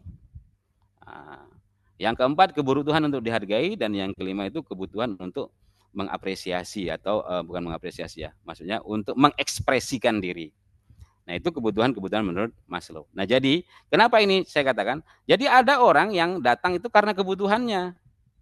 Ada yang kebutuhannya makan dan minum. Makanya hampir setiap agama ya, itu ada strategi bahwa ketika membuat acara agama itu ada makan-makannya. Nah, jadi mungkin bagi kita yang sudah kecukupan, yang sudah lepas makan hidup kita, acara keagamaan tidak penting sekali ada makan-makannya. Yang penting ustadznya dan lain sebagainya. Tapi bagi sebagian masyarakat kita yang hidup masih di level bawah, ketika ada makan-makannya itu jadi motivasi tambahan bagi mereka. Contohnya lah sekarang ini di Kota Medan. Setiap hari Jumat dan setiap Ahad pagi itu hampir semua masjid di Kota Medan yang mengadakan sholat Jumat dan mengadakan taklim itu ada makanannya. Dan itu sangat signifikan saya lihat, jadi ramai sekali orang berkunjung. Itu di kota, apalagi kalau di desa. Nah, jadi perlu, karena mereka memang masih butuh itu gitu. Nah, ya. Jadi kalau saya pernah baca sedikit pernah saya dengar Ustadz membahas tentang surat li'ila fi Quraisy ila fihim rihlatas syita'i was shaif falyabudu rabb hadzal bait alladzi at'amahum min ju' wa amanahum min khauf. Ini agak sesuai dengan teori Maslow ini gitu. Bahwa orang akan mudah menerima dakwah kita kalau ya sudah terpenuhi perutnya dan dia merasa aman. Tapi kalau orang tidak masih merasa lapar dan tidak merasa aman, itu sulit kita ajak. Jadi ini menjadi strategi kita juga. Jadi kalau kita punya acara kegiatan dakwah, kemudian ada acara bagi-baginya, nah itu memang akan meningkatkan motivasi. Nah, menurut teori kebutuhan ini. Nah, apakah makan saja? Tidak, ada kebutuhan-kebutuhan yang lebih lain. Apa itu? Yaitu kebutuhan bersosialisasi. Karena itu perlu ketika kita membuat acara, memang diundang dari jaringan-jaringan lain. Memang diundang dari jamaah-jamaah lain supaya ikut hadir. Karena ada orang-orang yang butuh dia bersosialisasi, butuh dia kenal banyak orang. Dia senang kalau datang di tempat yang ramai. Kalau sedikit dia nggak semangat. Tapi kalau ramai, jadi perlu kita promosikan kadang-kadang acara ini akan dihadiri oleh 2.000 jamaah. Nah, itu akan menambah bagi orang-orang yang ingin bersosialisasi, keramaian itu menambah keinginan dia atau motivasi dia untuk datang. Nah, begitu juga keinginan untuk dihargai. Jadi para kepala desa apa segala macam itu memang layak diberi untuk kesempatan untuk berbicara, kata sambutan. Hanya saja problemnya bagaimana membatasi. Jadi nggak apa-apa kata sambutan itu agak banyak, yang penting bagaimana membatasi waktu mereka. Karena kalau mereka tidak diberi waktu, kadang-kadang mereka jadi malas datang. Ngapain aku datang, nggak dihargai di sana. Akhirnya dia nggak datang, yang kalau namanya dia tokoh, tentu dia tidak datang, bukan hanya dia bisa membawa orang lain untuk tidak datang. Dan kalau dia datang, bukan hanya dia yang datang, tapi dia juga bisa membawa orang lain datang. Contohnya ya, kalau kita undang bupati, itu sudah hampir pasti semua camat dan semua lurah, semua kepala desa di sekitar acara itu akan datang. Nah, begitu bupati nggak jadi datang, mereka pun pulang. Itu sudah kenyataan, ya sudah kenyataan. Jadi itu tentang teori. Nah, kemudian tentu alasan agama tadi, teori kebutuhan. Ya tentu orang datang untuk menambah keimanan dan pahala, ini kebanyakan kita kan. Kemudian ada juga silaturahim, konsolidasi pribadi atau jaringan. Jadi ada orang mau datang itu Karena dia tahu bahwa oh ini yang datang ini ada si ini, yang datang mau datang dari sini, dari berbagai tempat dan lain sebagainya. Nah kemudian ada juga yang dia karena ingin berkolaborasi atau menyampaikan pesan atau bisnis. Nah, jadi dia mau datang, tapi dia mau diberi kesempatan untuk menyampaikan itu biasanya aparatur pemerintahan atau orang-orang yang punya bisnis. Nah, Ustaz, Ana mau datang nih, Ana mau ngasih dana, tapi Ana kasihlah kesempatan untuk mempromosikan umroh dan lain sebagainya gitu. Ya, nah, itu ada yang membuat bazar dan sebagainya. Jadi maksud Ana adalah bahwa hal-hal seperti ini tetap diperhitungkan ketika kita membuat acara. Nah, kemudian yang keenam ada pemberdayaan dan partisipasi. Jadi ada jemaah itu atau umat itu atau madu itu yang mau datang, yang dia suka datang, kalau dia disertakan, diberdayakan ya, bukan diperdaya, diberdayakan atau dia berpartisipasi. Nah, kalau enggak dia ngapain datang gitu. Nah,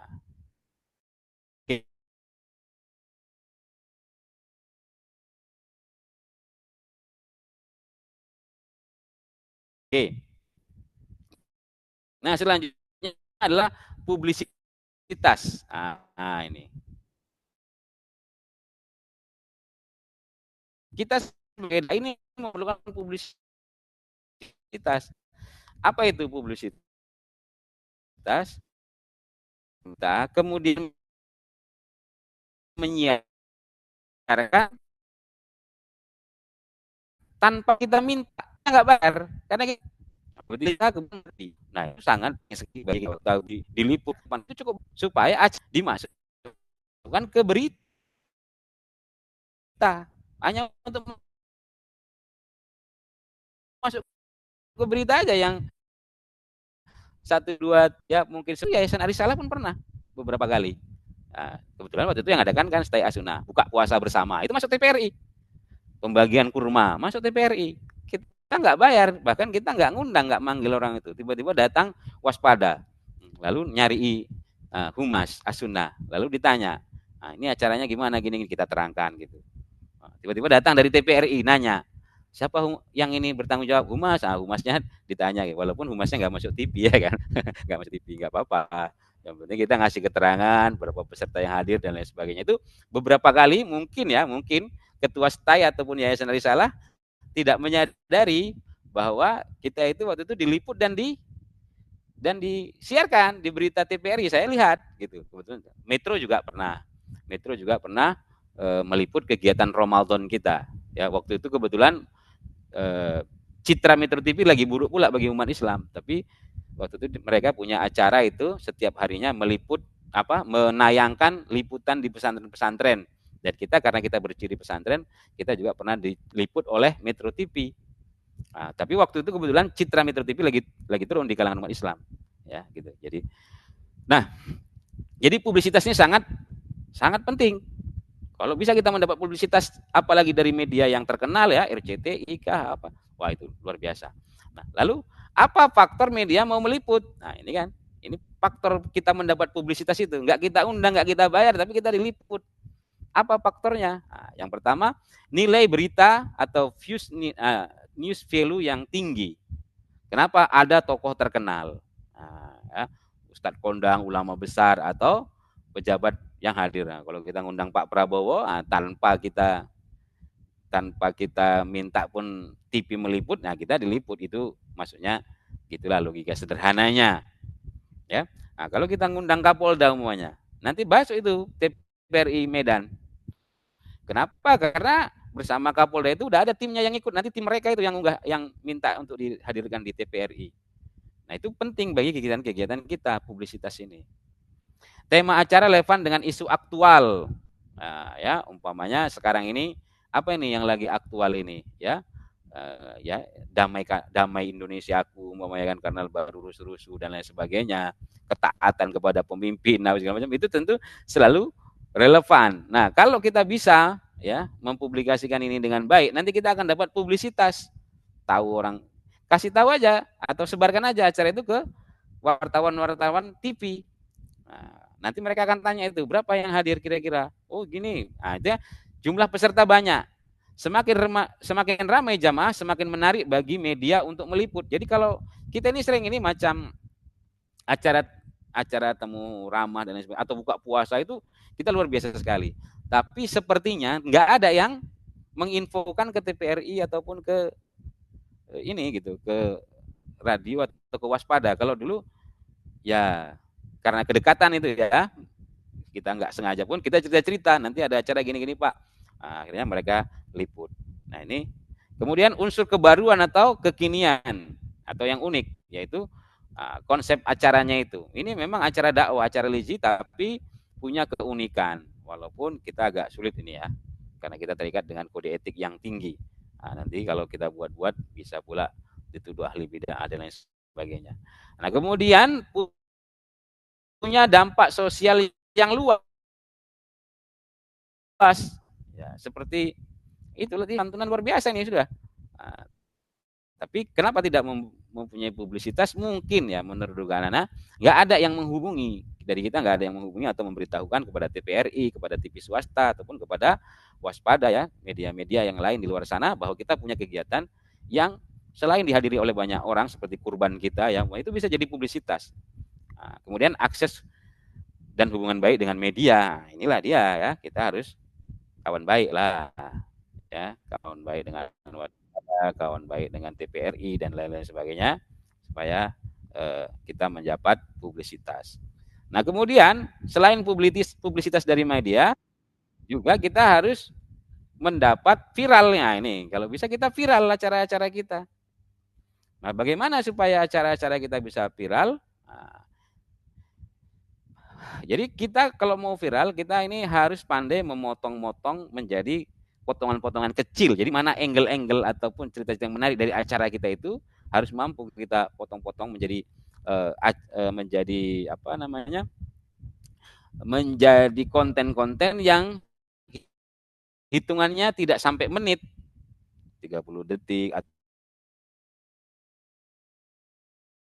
atau 1 menit atau yang banyak ditonton itu yang 2 menit durasinya 2 menit ke bawah itu video yang paling banyak ditonton.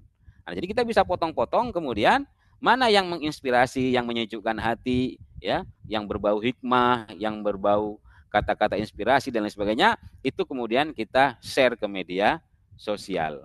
Nah, itu menurut yang Ana tahu itu menurut penelitiannya itu paling panjang sekitar 2 menit. Nah, jadi 30 detik barangkali populer atau di bawah 1 menit itu paling populer. Nah, kemudian visual menarik atau yang dikatakan zaman sekarang ini kita kalau buat acara itu kalau bisa ada tempat-tempat yang instagramable.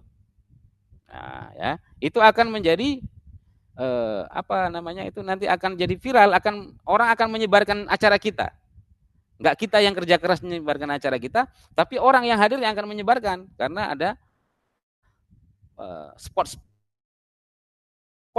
yang instagramable. Nah, ini juga yang Anda usulkan agar ada di Asuna, tapi kayaknya kalau di Asuna ini kita dari dulu usulkan kan orang datang, orang berfoto di sana atau buat video di sana, kemudian dia yang nge-share sehingga popularitas Asuna akan naik. Ya. Kemudian ada kebanggaan sosial. Nah, ketika menghadiri, oh ada Ustadz Khalid Basalama atau ada Ustadz Syafiq, maka pada foto kemudian pada nge-share. Nah, orang tanya di mana acaranya itu, siapa yang menyelenggarakan? Oh yang menyelenggarakan ini gitu ya. Nah, kemudian keterlibatan emosional. Oh dalam acara itu semua nangis umpamanya, itu akan diviralkan ya. Kemudian akses untuk dibagikan. Makanya harus ada tim yang menangani ini agar kiranya ya mudah diakses. Jadi nanti untuk acara itu di mana mau lihat. Nah, kemudian bisa di-share, bisa diambil, bisa di-share. Dan kita pun jangan marah-marah karena video kita umpamanya diunggah ulang oleh orang lain, lalu orang lain yang viral. Nah, itu kalau dalam hal menyampaikan dakwah, nah ini nggak boleh terjadi sama kita ya. Ya kita biarkan aja bahwa milik kita itu di-share oleh orang lain. Ya, saya kira itu nanti masalah bagaimana aplikasinya kita bisa diskusi. Nah, itu tadi memang terlalu bersifat teori sambil dengan yang praktis, tapi itulah tadi masih agak gugup dia karena memang tidak menghadapi secara langsung, tapi masih belajar nih menghadapi ceramah tapi hanya menghadapi laptop aja gitu. Jadi ini masih belajar. Oke, terima kasih. Itu materinya. Dipersilakan kepada saudara-saudara untuk kita berinteraksi, barangkali bisa setengah jam sampai 40 menit. Baik, terima kasih kepada Ustadz Ghazali Hafizahullah Ta'ala yang telah menyampaikan materinya. Sekarang kita buka tanya jawab ya bagi ikhwan-ikhwan dai yang ada pertanyaan. Kita persilahkan dengan segala hormat. Pertanyaan langsung juga dipersilahkan. Kita utamakan yang ngangkat tangan ya.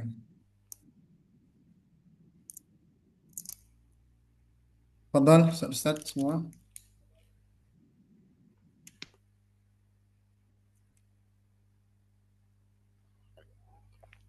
Ustaz Miswal, ada pertanyaan dai kita.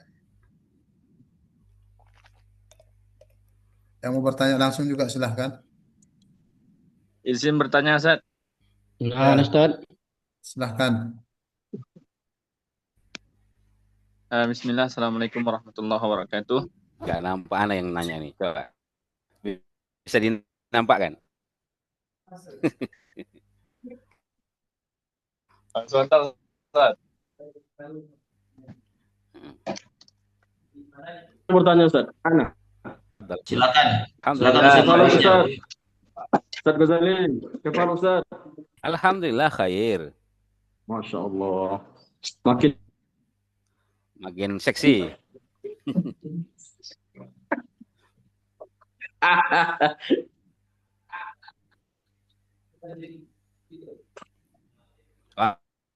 Malim. Ustaz Hasan. Kepala Ustaz. Alhamdulillah. Silahkan ditanya. Masya Allah. Habis. Gak ada yang mau ditanya Ustaz. Tanya kabar aja baru.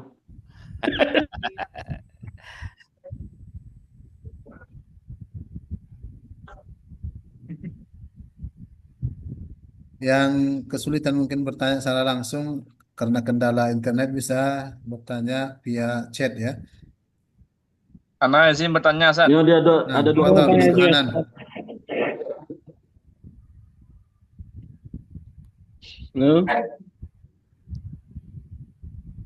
Apa nih jaringan? Silakan Ustaz Hanan bertanya dulu. Baik, terima kasih, Ustaz. Bismillah, Assalamualaikum warahmatullahi wabarakatuh. Waalaikumsalam. Warahmatullahi wabarakatuh. Terima kasih kami ucapkan kepada Ustaz Ghazali selaku pemateri dan juga kepada seluruh panitia. Kemudian para ustadz yang berhadir pada acara kali ini.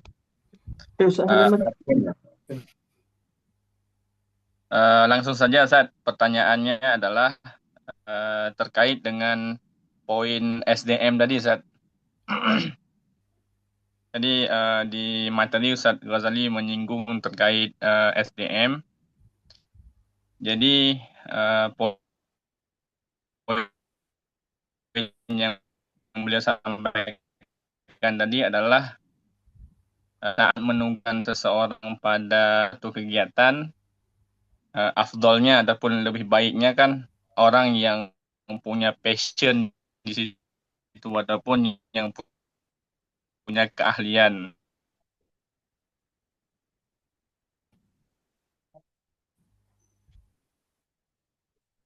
Tetapi pengalaman ingin bertindak, Ustaz, sedangkan orang yang tidak memiliki kemampuan justru mereka yang ingin tampil. Jadi pertanyaan kami adalah karena hal ini muncul ataupun bisa terjadi akhir-akhir ini, Ustaz. Mungkin demikian saja pertanyaan yang bisa Anda sampaikan, Ustaz. Terima kasih, Ustaz. Waalaikumsalam warahmatullahi wabarakatuh. Ya, langsung Langsung dijawab. atau dikumpulin?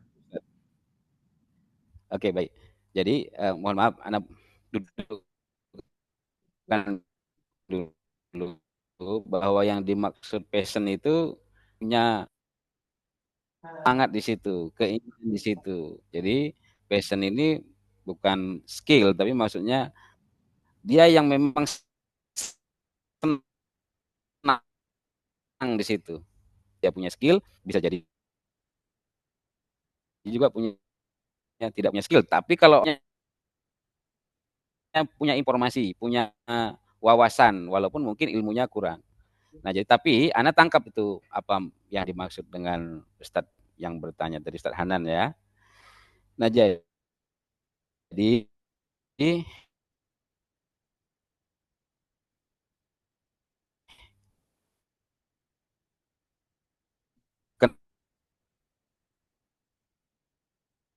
kenapa orang sekarang ini kalau berilmu tidak dihargai dan apa merasa dia dengan itu dia kurang merasa dihargai. Maka oleh karena itu sementara kita seringkali mengadakan acara finansial kita terbatas untuk membayar orang dengan pantas, untuk membayar orang dengan semestinya atau sesuai dengan keahliannya. Kita tahu memang mampu. Maka ya untuk orang-orang seperti ini perlulah diadakan pendekatan jauh-jauh hari. Kalau tadi dijawab ditanya kenapa itu saya anak jawab ya. Jadi orang sekarang kita aja Ustadz sering kita merasa nggak dihargai karena sekarang masyarakat bisa nengok YouTube, bisa nengok Google, jawaban-jawaban kita bisa mereka banding langsung dengan ChatGPT. Jawaban-jawaban kita bisa dibanding langsung dengan ustadz-ustadz yang lebih kabir dari kita gitu. Akhirnya penilaian terhadap ustadz itu kurang, makanya kadang-kadang ustadz pun jadi gitu. Jadi sama juga dengan bidang-bidang yang lain. Sekarang ini orang seringkali kurang bisa menghargai skill orang. Nah, jangankan dari segi uang tadi ya, dari segi penghargaan bicara dan sebagainya. Nah, ini mengakibatkan orang-orang yang skill tadi merasa udahlah malas lah gabung-gabung dan lain sebagainya. Tapi kembali saya katakan bahwa kalau sekarang kebanyakan itu karena merasa kurang dihargai dengan pantas, khususnya masalah uang tadi. Sementara dia merasa skill dia itu dia peroleh dengan perjuangan, dengan kerja keras. Oleh karena itu caranya ya pendekatan lah jauh-jauh sebelum acara. Kan kita tahu ini kawan ini bakal sering ini kita butuhkan dia. Jadi ya, kita dekati, kemudian kita berilah kesadaran bahwa ini demi umat, bahwa ada nanti ganjaran di sisi Allah dan sebagainya.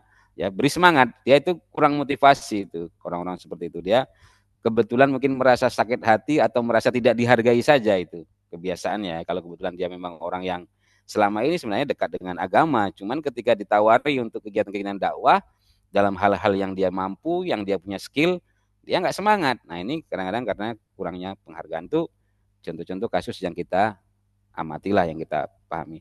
Nah sebaliknya bagi dia yang suka muncul ke permukaan tapi nggak ada skill, nah kita tahu kan bahwa ini kedepannya kita perlu orang, maka mereka yang sering tampil ke permukaan ini harus kita asah skillnya, yang tadinya mungkin dia nggak punya skill, tapi karena kita ini punya, itulah pentingnya kita punya proyeksi jangka panjang terhadap dakwah, bukan setahun ganti orang, ini memang agak menyulitkan kalau seperti itu. Jadi ini ada orang-orang yang rajin tapi nggak punya skill, dia mau tampil, dia mau kerja, mau berbuat, tapi nggak punya skill. Nah kalau gitu diasah. Oh ini cocoknya ini jadi tukang foto nanti kalau mau acara kegiatan, yang ini cocoknya masang-masang sound system dan lain sebagainya. Jadi diadakan pelatihan-pelatihan untuk mereka supaya ketika nanti acara mereka bisa support, bukan hanya numpang tampil, bukan hanya jadi penggembira, karena pada dasarnya dia kan mau, cuman skillnya nggak ada, maka dilatihlah skillnya. Saya kira itu jawaban dari Ana. Ustaz, Ana mau nanya juga nih Ustaz. Silahkan Ustaz Indra. Alhamdulillah, salatu wassalamu ala rasulillah, amma ba'du. Alhamdulillah, insyaallah Ustaz sangat bermanfaat tadi pemaparan Ustaz mengenai perkembangan dakwah ini. Nah, ini pengen nanya juga nih Ustaz, barangkali ini apa istilahnya, dilema mungkin Ustaz bagi ulama duat-duat atau dai-dai as-sunnah ini Ustaz. kadang-kadang Ustaz kita pengen bergabung dengan masyarakat gitu Ustaz ya. Macam inilah contoh kemarin Ustaz. Mungkin Kementerian Indonesia kemarin menyerukan melalui jajarannya itu untuk melakukan istighosah gitu Ustaz ya. Ini kemarin tuh rame-rame Ustaz jamaah gitu. Jadi anak kebingungan nih sih, gimana caranya nih pula istighosah ya, dipoto, di segala macam gitu kan Ustaz. Jadi mungkin seperti yang Anda sampaikan tadi, ini mungkin dilema bagi kita. Apakah kita ikut bareng-bareng gitu, bahkan kita jadi pimpinan pula di situ, bawakan doa gitu Ustaz ya. Nah ini yang mungkin barangkali menjadi bahan pertimbangan bagi kita untuk cenderung untuk tidak bergabung gitu Ustaz. Menghindarkan diri dari masyarakat luas gitu, untuk apalagi kita dimintakan untuk bawa doa. Jadi kalau anak pribadi sendiri Ustaz, kalau pemikiran anak pernah juga anak tangkap mungkin dari antum juga saya belajarnya dulu, mendirikan yayasan gitu Ustaz ya, mendirikan lembaga-lembaga, dan barangkali yang mana mungkin itu yang lebih efektif Ustaz? Apakah dengan memulai dari nol seperti mendirikan lembaga-lembaga tadi, atau mungkin barangkali kita ikutan bersama masyarakat tadi gitu, tapi bagaimana caranya Ustaz agar kita bisa tidak terjun, atau bahkan bisa barangkali kita bisa menghindari agar kita tidak melakukan tanda petik bid'ah itu Ustaz. Itu saja mungkin barangkali Ustaz. Syukran. Ya, gimana? Ustaz Hasan langsung dijawab. Cuma aja Ustaz. Ya, ini memang dilema Ustaz. Dilema apalagi sekarang zaman informasi di mana semua orang megang HP, bisa foto kita, bisa video kita, nanti disebarkannya di media sosial jadi viral. Tengok ini Ustadz ini udah ikut-ikutan ahli bid'ah dan lain sebagainya. Ini memang masalah. Jadi kalau antum curhat, ana sampaikan juga curhat ana kan. Jadi pernah jumpa sama seseorang yang dulu sama-sama lah kami melakukan dakwah di masyarakat, lalu sekarang sama-sama kami kita katakanlah aktif di Manhaj Salaf, yang beliau di Lajnah sana dan kita di Yayasan Arisalah di Stay Asuna. Lalu ketemu, dia tanya, "Semana, Bang, nggak buat lagi kegiatan-kegiatan untuk pembinaan para remaja?" Ana bilang begini sama dia, nanti kalau Ana buat pembinaan untuk remaja seperti kita buat dulu, yang pertama mentahzir Ana adalah antum. Ana bilang. Dia bilang, ya kenapa begitu? Ya iya, karena kalau Ana mau membina remaja, pastilah mengikuti kemauan mereka dulu. Kalau enggak kan sudah muncul antipati kan? Kan gitu logika kita Ustadz Padang ya, Ustadz Abihil ya. Kalau kita enggak mau mengikuti mereka, mereka sudah antipati. Gimana kita mau mendakwahi mereka? Maka ya yang bisa Ana sarankan untuk kita lakukan, yang pertama kita harus mendekati dulu orang-orang Kemenak, orang-orang MUI. Ustadz Putra Padang ini di mana nih? Di MUI ya? Ya maksudnya aktivitasnya di mana? Hanya sebagai dai saja, tapi memang berkoordinasi selalu dengan Kemenak ya, atau dengan KUA begitu. Sehingga enggak. Memang bawah yayasan aja Ustaz. Oh ya, jadi nah kalau di bawah yayasan tentu memang agak independen ya, agak lebih bisa memikirkan strategi, walaupun tadi itu ya kita nggak bisa masuk sama mereka selama kita nggak bisa mengikuti kegiatan mereka, begitu ya. Itu mungkin yang Anda tangkap ya. Sulit kita. Ini maksudnya Anda masuk, ada juga sekolah sini masuk juga gitu. Oh gitu. Oh maksudnya ketika di sekolah. Nah jadi begini Ustadz, kalau begitu, kalau kita dalam satu lembaga atau dalam institusi seperti sekolah ataupun kantor lah begitu, nah kita perlu mendekati orang-orang yang bisa memahami kita. Harus dicari dulu orang yang bisa memahami kita. Syukur-syukur pimpinan. Nah seperti anak saya ya di Jogja, anak saya sekarang di Jogja, itu di satu pesantren yang dikelola secara NU. Tapi pimpinannya alumni Lipia. Nah, alumni Lipia, tapi ala NU. Pimpinannya itu duluan yang ngomong ke anak saya. Supaya anak saya ikut memimpin doa berjamaah. Jadi pimpinan tadi alumni Lipia, tapi dia mengelola sekolah ala NU. Dan dia yang minta anak saya untuk mengelola doa untuk memimpin doa berjamaah kalau selesai sholat. Maka waktu itu anak saya frustasi dan langsung ingin pulang, baru masuk langsung ingin pulang. Maka saya bilang sama dia bahwa pimpinanmu itu orang berilmu, dia paham apa yang kau yakini, apa yang kau pegang. Nah, diskusikan aja bahwa kalau untuk yang ini anak nggak bisa, tapi kalau untuk yang lain anak bisa. Maka perlu dituntut pengorbanan antum untuk hal-hal lain yang memang antum bisa. Jadi waktu antum bisa, antum tunjukkan bahwa antum yang lebih, umpamanya ada program tahfiz Quran kah, atau keseriusan antum ketika membina bahasa Arab. Nah, ketika antum menunjukkan di bidang yang lain bahwa antum adalah orang yang lebih bersungguh-sungguh, seminimal-minimalnya posisi antum aman.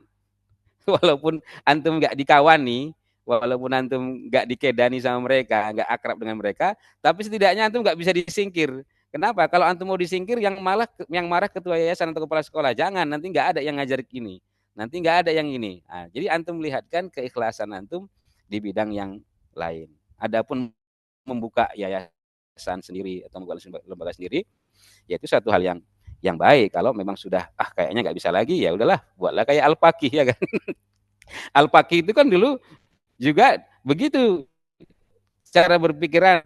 Ketika anak lihat yayasan waktu itu belum ada rencana buat sekolah, anak-anak rasa nggak puas ketika ada di pesantren, maka akhirnya buat lembaga sendiri. Jadi itu mungkin yang bisa ini Ustaz, sama kayak ketika kita di masyarakat juga, kita nggak bisa ikut wirid, kita nggak bisa ikut STM ke mereka gitu kan, kita dianggap nggak bersosialisasi, tapi ketika gotong royong ya kita tunjukkan bahwa kita mau kok bergotong royong. Ya, ketika acara-acara yang lain yang tidak melanggar, kita tunjukkan bahwa kita mau kok, dan akhirnya masyarakat sudah paham. Ketika mertua anak sendiri meninggal, anak nggak ikut tahlilan, tapi begitu anak dengar acara tahlilannya sudah selesai, anak datang dan bersalaman dengan masyarakat. Mereka bilang, wah ini kalau udah selesai baru datang, alah udah pahamnya kalian itu. Anak bilang kan, ya udah, jadi senyum-senyum aja. Jadi mungkin begitu. Perlulah, mudah-mudahan Ustadz jadi lebih kuat lah mentalnya ke depan dan bisa memandang itu sebagai sesuatu yang normal saja. Nah, kalau nanti kita udah pandang satu yang normal saja, orang pun akan memandang udahnya itu dijauhi atau dijelekkan pun tetap aja dia nyantai aja kan gitu. Mungkin itu yang bisa saya jawab. Insyaallah. Jazakallah khair Ustaz. Ya. Baik, ada pertanyaan lain? Kita persilahkan langsung saja.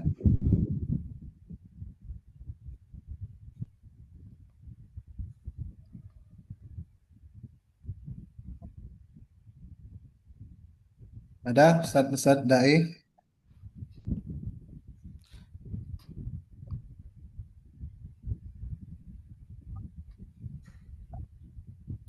Nggak ada. Kalau nggak ada, Ana mau cerita lagi lah ini, mengisi waktu kita. Baik, Ustaz, silahkan. Jadi tadi ya seperti yang Ana katakan dulu ya. Ini tapi dulu kalau disuruh ngulang pun nggak bisa. Ketika Ana dulu apa saja yang Ana lakukan ketika dulu Ana punya rencana untuk mengislamisasi Tuntungan.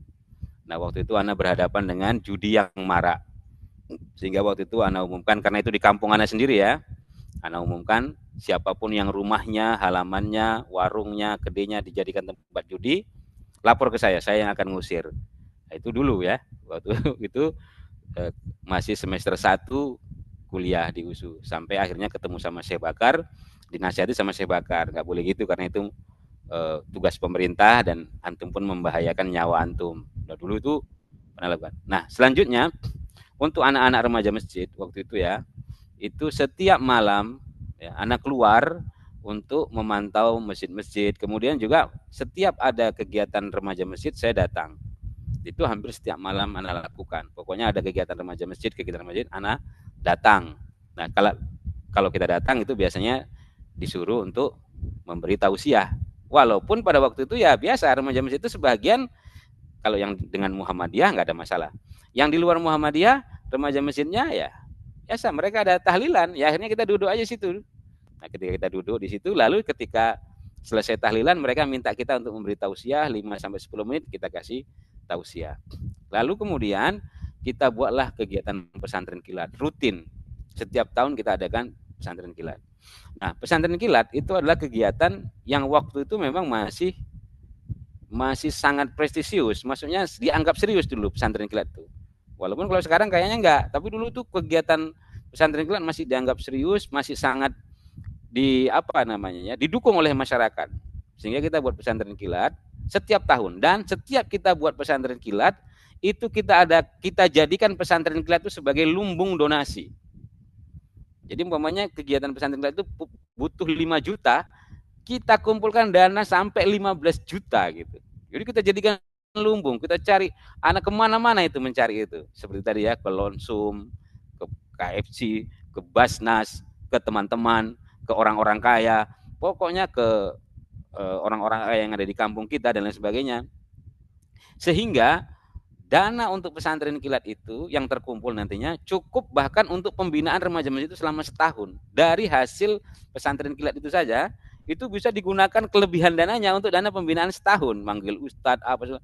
Nah, itulah yang kita lakukan dulu. Jadi memang kita buat tim yang solid untuk mencari dana, dan tim itu tidak boleh berhenti mencari dana sampai pesantren kilat itu dilakukan, walaupun sudah kelebihan dana gitu, over. Tapi kita bisa bertanggung jawabkan ya, bahwa nanti akhirnya kelebihan dana itu kita gunakan untuk apa. Nah, kemudian saya juga buat porseni, karena ya khususnya untuk remaja, tapi kayaknya nggak hanya remaja, orang tua juga. Pembinaan tanpa kompetisi itu akan mati pembinaan itu.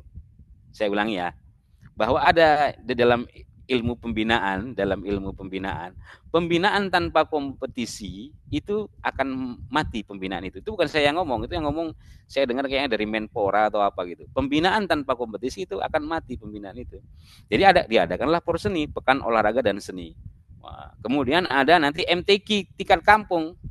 Kita sendiri yang adakan, kita nggak minta bantuan dari kepala desa, kita nggak minta bantuan dari BKM. Pokoknya kita adakan, kemudian kita cari dananya. Ya alhamdulillah waktu itu kalau untuk kegiatan-kegiatan seperti itu, Ana mampu mencari dananya dan mampu juga mencari pelaksananya ya, kawan-kawan mahasiswa teknik kimia, kawan-kawan saya aliyah dulu. Itu saya koordinir untuk membackup saya dalam kegiatan. Kalau cari dana itu dulu Ana sendiri yang cari dana. Alhamdulillah waktu itu agak lincah pula Ana cari dana dan bisa dapat gitu cari dana.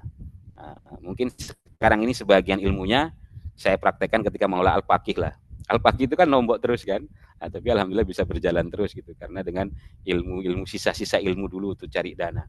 Nah kemudian juga ada porseni tadi kan, pekan olahraga dan seni. Kemudian ada kompetisi lain. Jadi dalam setahun itu, istilahnya itu dulu, kampung Ana itu kalau ada anak sepanjang tahun ribut.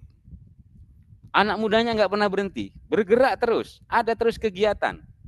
Nah, karena ada pekan olahraga dan seni, mereka latihan poli. Jadi setiap dusun ya, kalau desa itu kan bawahannya dusun. Setiap dusun itu ada lapangan poli, bisa 1 bisa 2 gitu. Kenapa? Karena nanti ada porseni, setiap tahun ada porseni. Yang ada kan Bang Jali ya. Kebetulan saya di kampung saya nggak ada yang manggil Ustadz, semua manggilnya Bang Jali ya. Mungkin Bang Jali itu udah bikin happy ya kan. Nah, jadi semua manggilnya Bang Jali gitu. Nah, Bang Jali nanti buat porseni sampai saya menikah waktu itu ya. Porseninya itu masih tetap berlangsung, tapi hanya 1 atau 2 kali saja. Jadi, nah kemudian dulu kan belum musim pakai jilbab ya. Waktu anak dakwah dulu belum musim pakai jilbab. Jadi ini supaya para dai ketahui ya, karena kan mungkin banyak yang muda-muda ya. Dulu itu jangankan anak sekolah umum, anak aliyah saja nggak berjilbab gitu.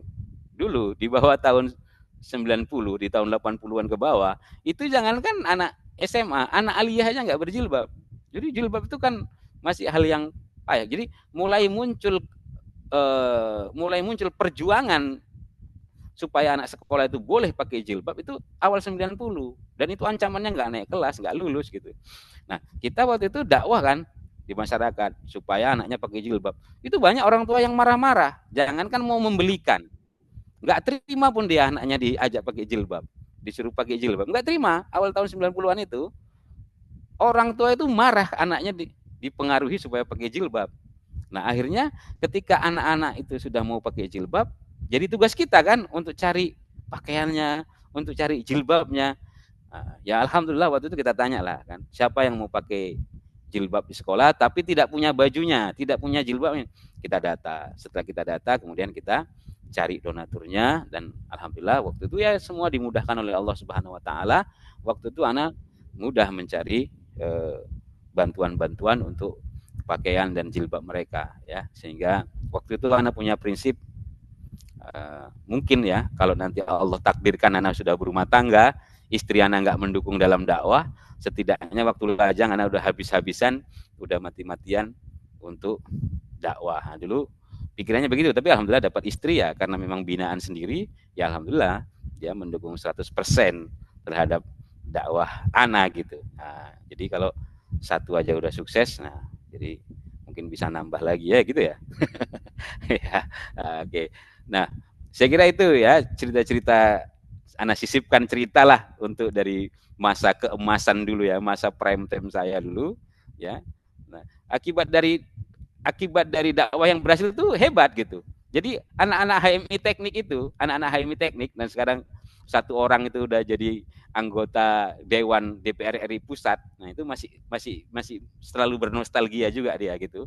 Anak-anak HMI teknik, anak kan nggak anggota HMI, tapi saya dekat sama anak-anak HMI teknik.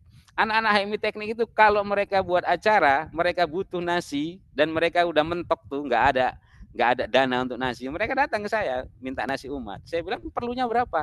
Oh kami perlu 200 bang. Udah hari apa jam berapa? Jam sekian. Udah saya umumkan sama masyarakat Tuntungan ya. Dan itu pun nggak secara umum saya suruh adik-adik itu ya. Kita butuh nasi umat 200 jam 5 sore harus siap hari Selasa. Nah, coba sediakan. Alhamdulillah sebelum jam 5 sudah terkumpul. Nanti adik-adik HMI itu tinggal ambil. Kenapa?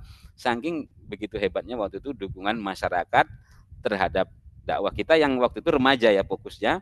Dan mereka senang gitu bahwa anak-anak mereka itu berkegiatan positif dan jauh dari kegiatan-kegiatan negatif. Dan itu satu kampung ya waktu itu kita bisa, pokoknya kita buatlah itu kenangan masa lalu yang mungkin untuk sekarang ini saya pun nggak bisa kalau disuruh mengulanginya karena anak sekarang ini sudah heboh sekali dengan handphonenya. Oke Ustadz Hasan gimana? Kembali kalau mau ada yang mau tanya, kalau enggak ya mohon maaf lah ya, berarti kurang menarik kayaknya nih pembicaraan anak ini. Baik, ada kira-kira pertanyaan lagi dari teman-teman dai? Gimana Ustaz Miswal, bisa dikoordinir dai-dai kita? Ya kalau nggak ada ya sudahlah kita tutup lah Ustadz, cuman lagi. Baik. Sebelum kita tutup, kita harapkan kepada semua peserta buka kamera masing-masing ya. Videonya dibuka biar kita foto bersama.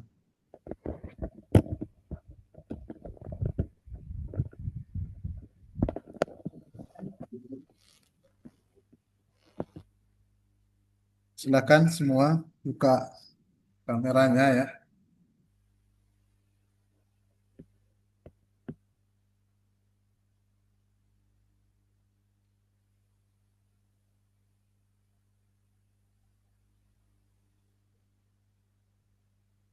Oke, sheet pertama ini belum terbuka semua ya. Baik.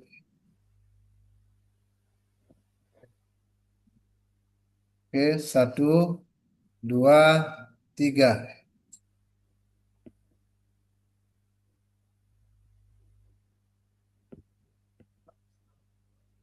Ya, kita ulangi. 1, 2, 3. Nah, yang nggak pakai lobe atau peci pakailah ya, biar rapi sedikit. Kita ulangi. Yang pakai peci, lobe. Ya. Oke, 1, 2, senyum dulu, senyum ya. Senyum. Biar nggak apa kali nampak ya kan. Yuk, Assalamualaikum. Baik, 1, 2, 3. Oke, sekarang sheet kedua. Yang belum pakai logo ini. Baik, 1, 2, 3. Ulangi. 1, 2, 3. Oke.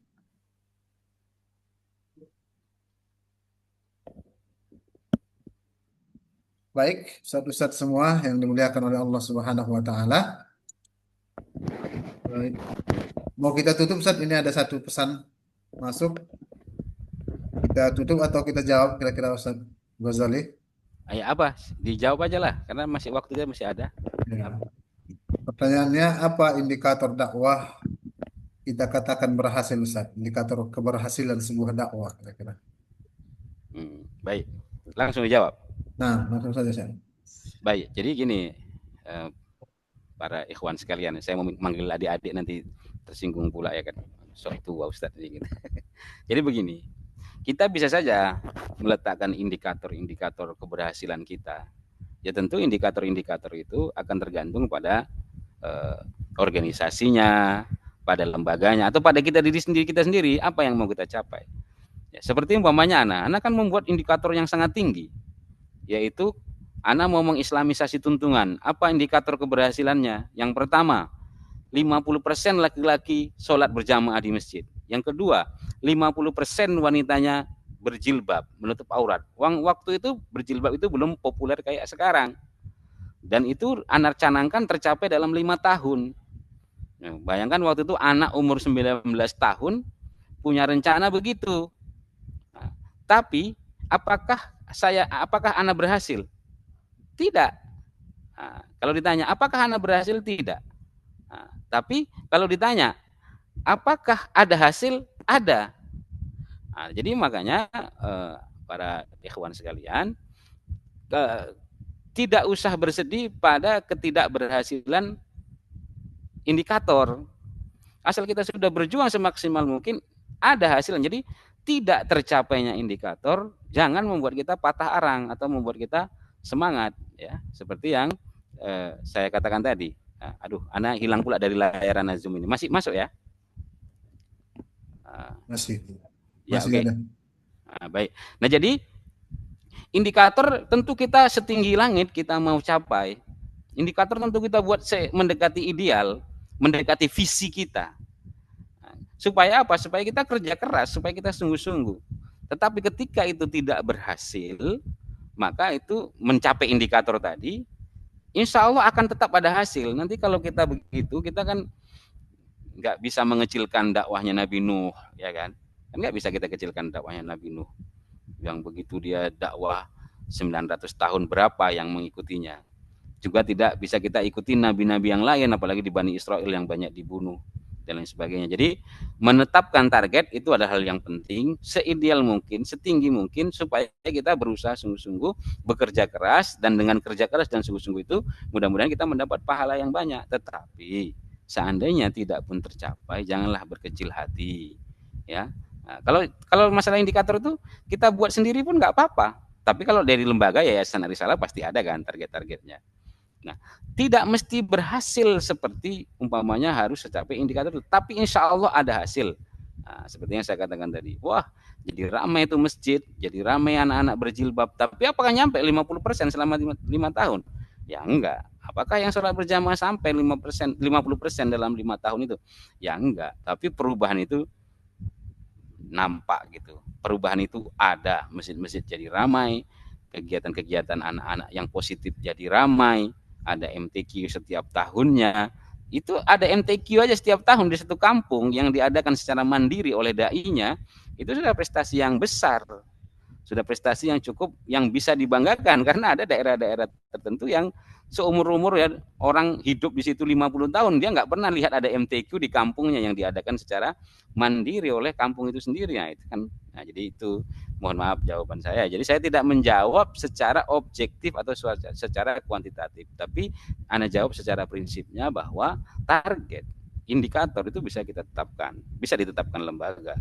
Ya, bisa kita buat setinggi-tingginya, seideal-ideal mungkin, tapi bekerja keras, berjuang keras, dan seandainya itu pun tidak berhasil memenuhi indikator atau target, insya Allah ya kita ada hasil, dan hasil itu bisa seperti biji yang kita tanam, yang waktu kita tanam dia masih biji, setahun kemudian dia masih pohon yang kecil.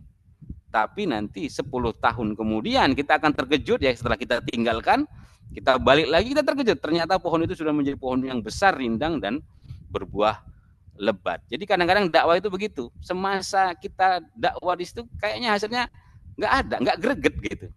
Macam nggak ada hasilnya. Tapi rupanya setelah kita tinggalkan, kita balik lagi beberapa tahun kemudian, Ya, orang-orang menyambut kita dan ternyata dakwah kita sudah menjadi pohon yang besar, rindang dan berbuah lebat. Wallahu a'lam.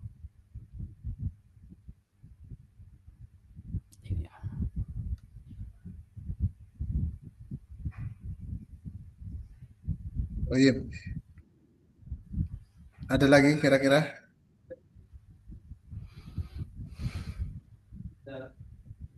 Tayyib, kalau nggak ada, kita ingatkan kembali ya kepada para dai agar mengisi daftar hadir nanti. Insya Allah sebentar lagi linknya akan kita kirim ke bagian dakwah.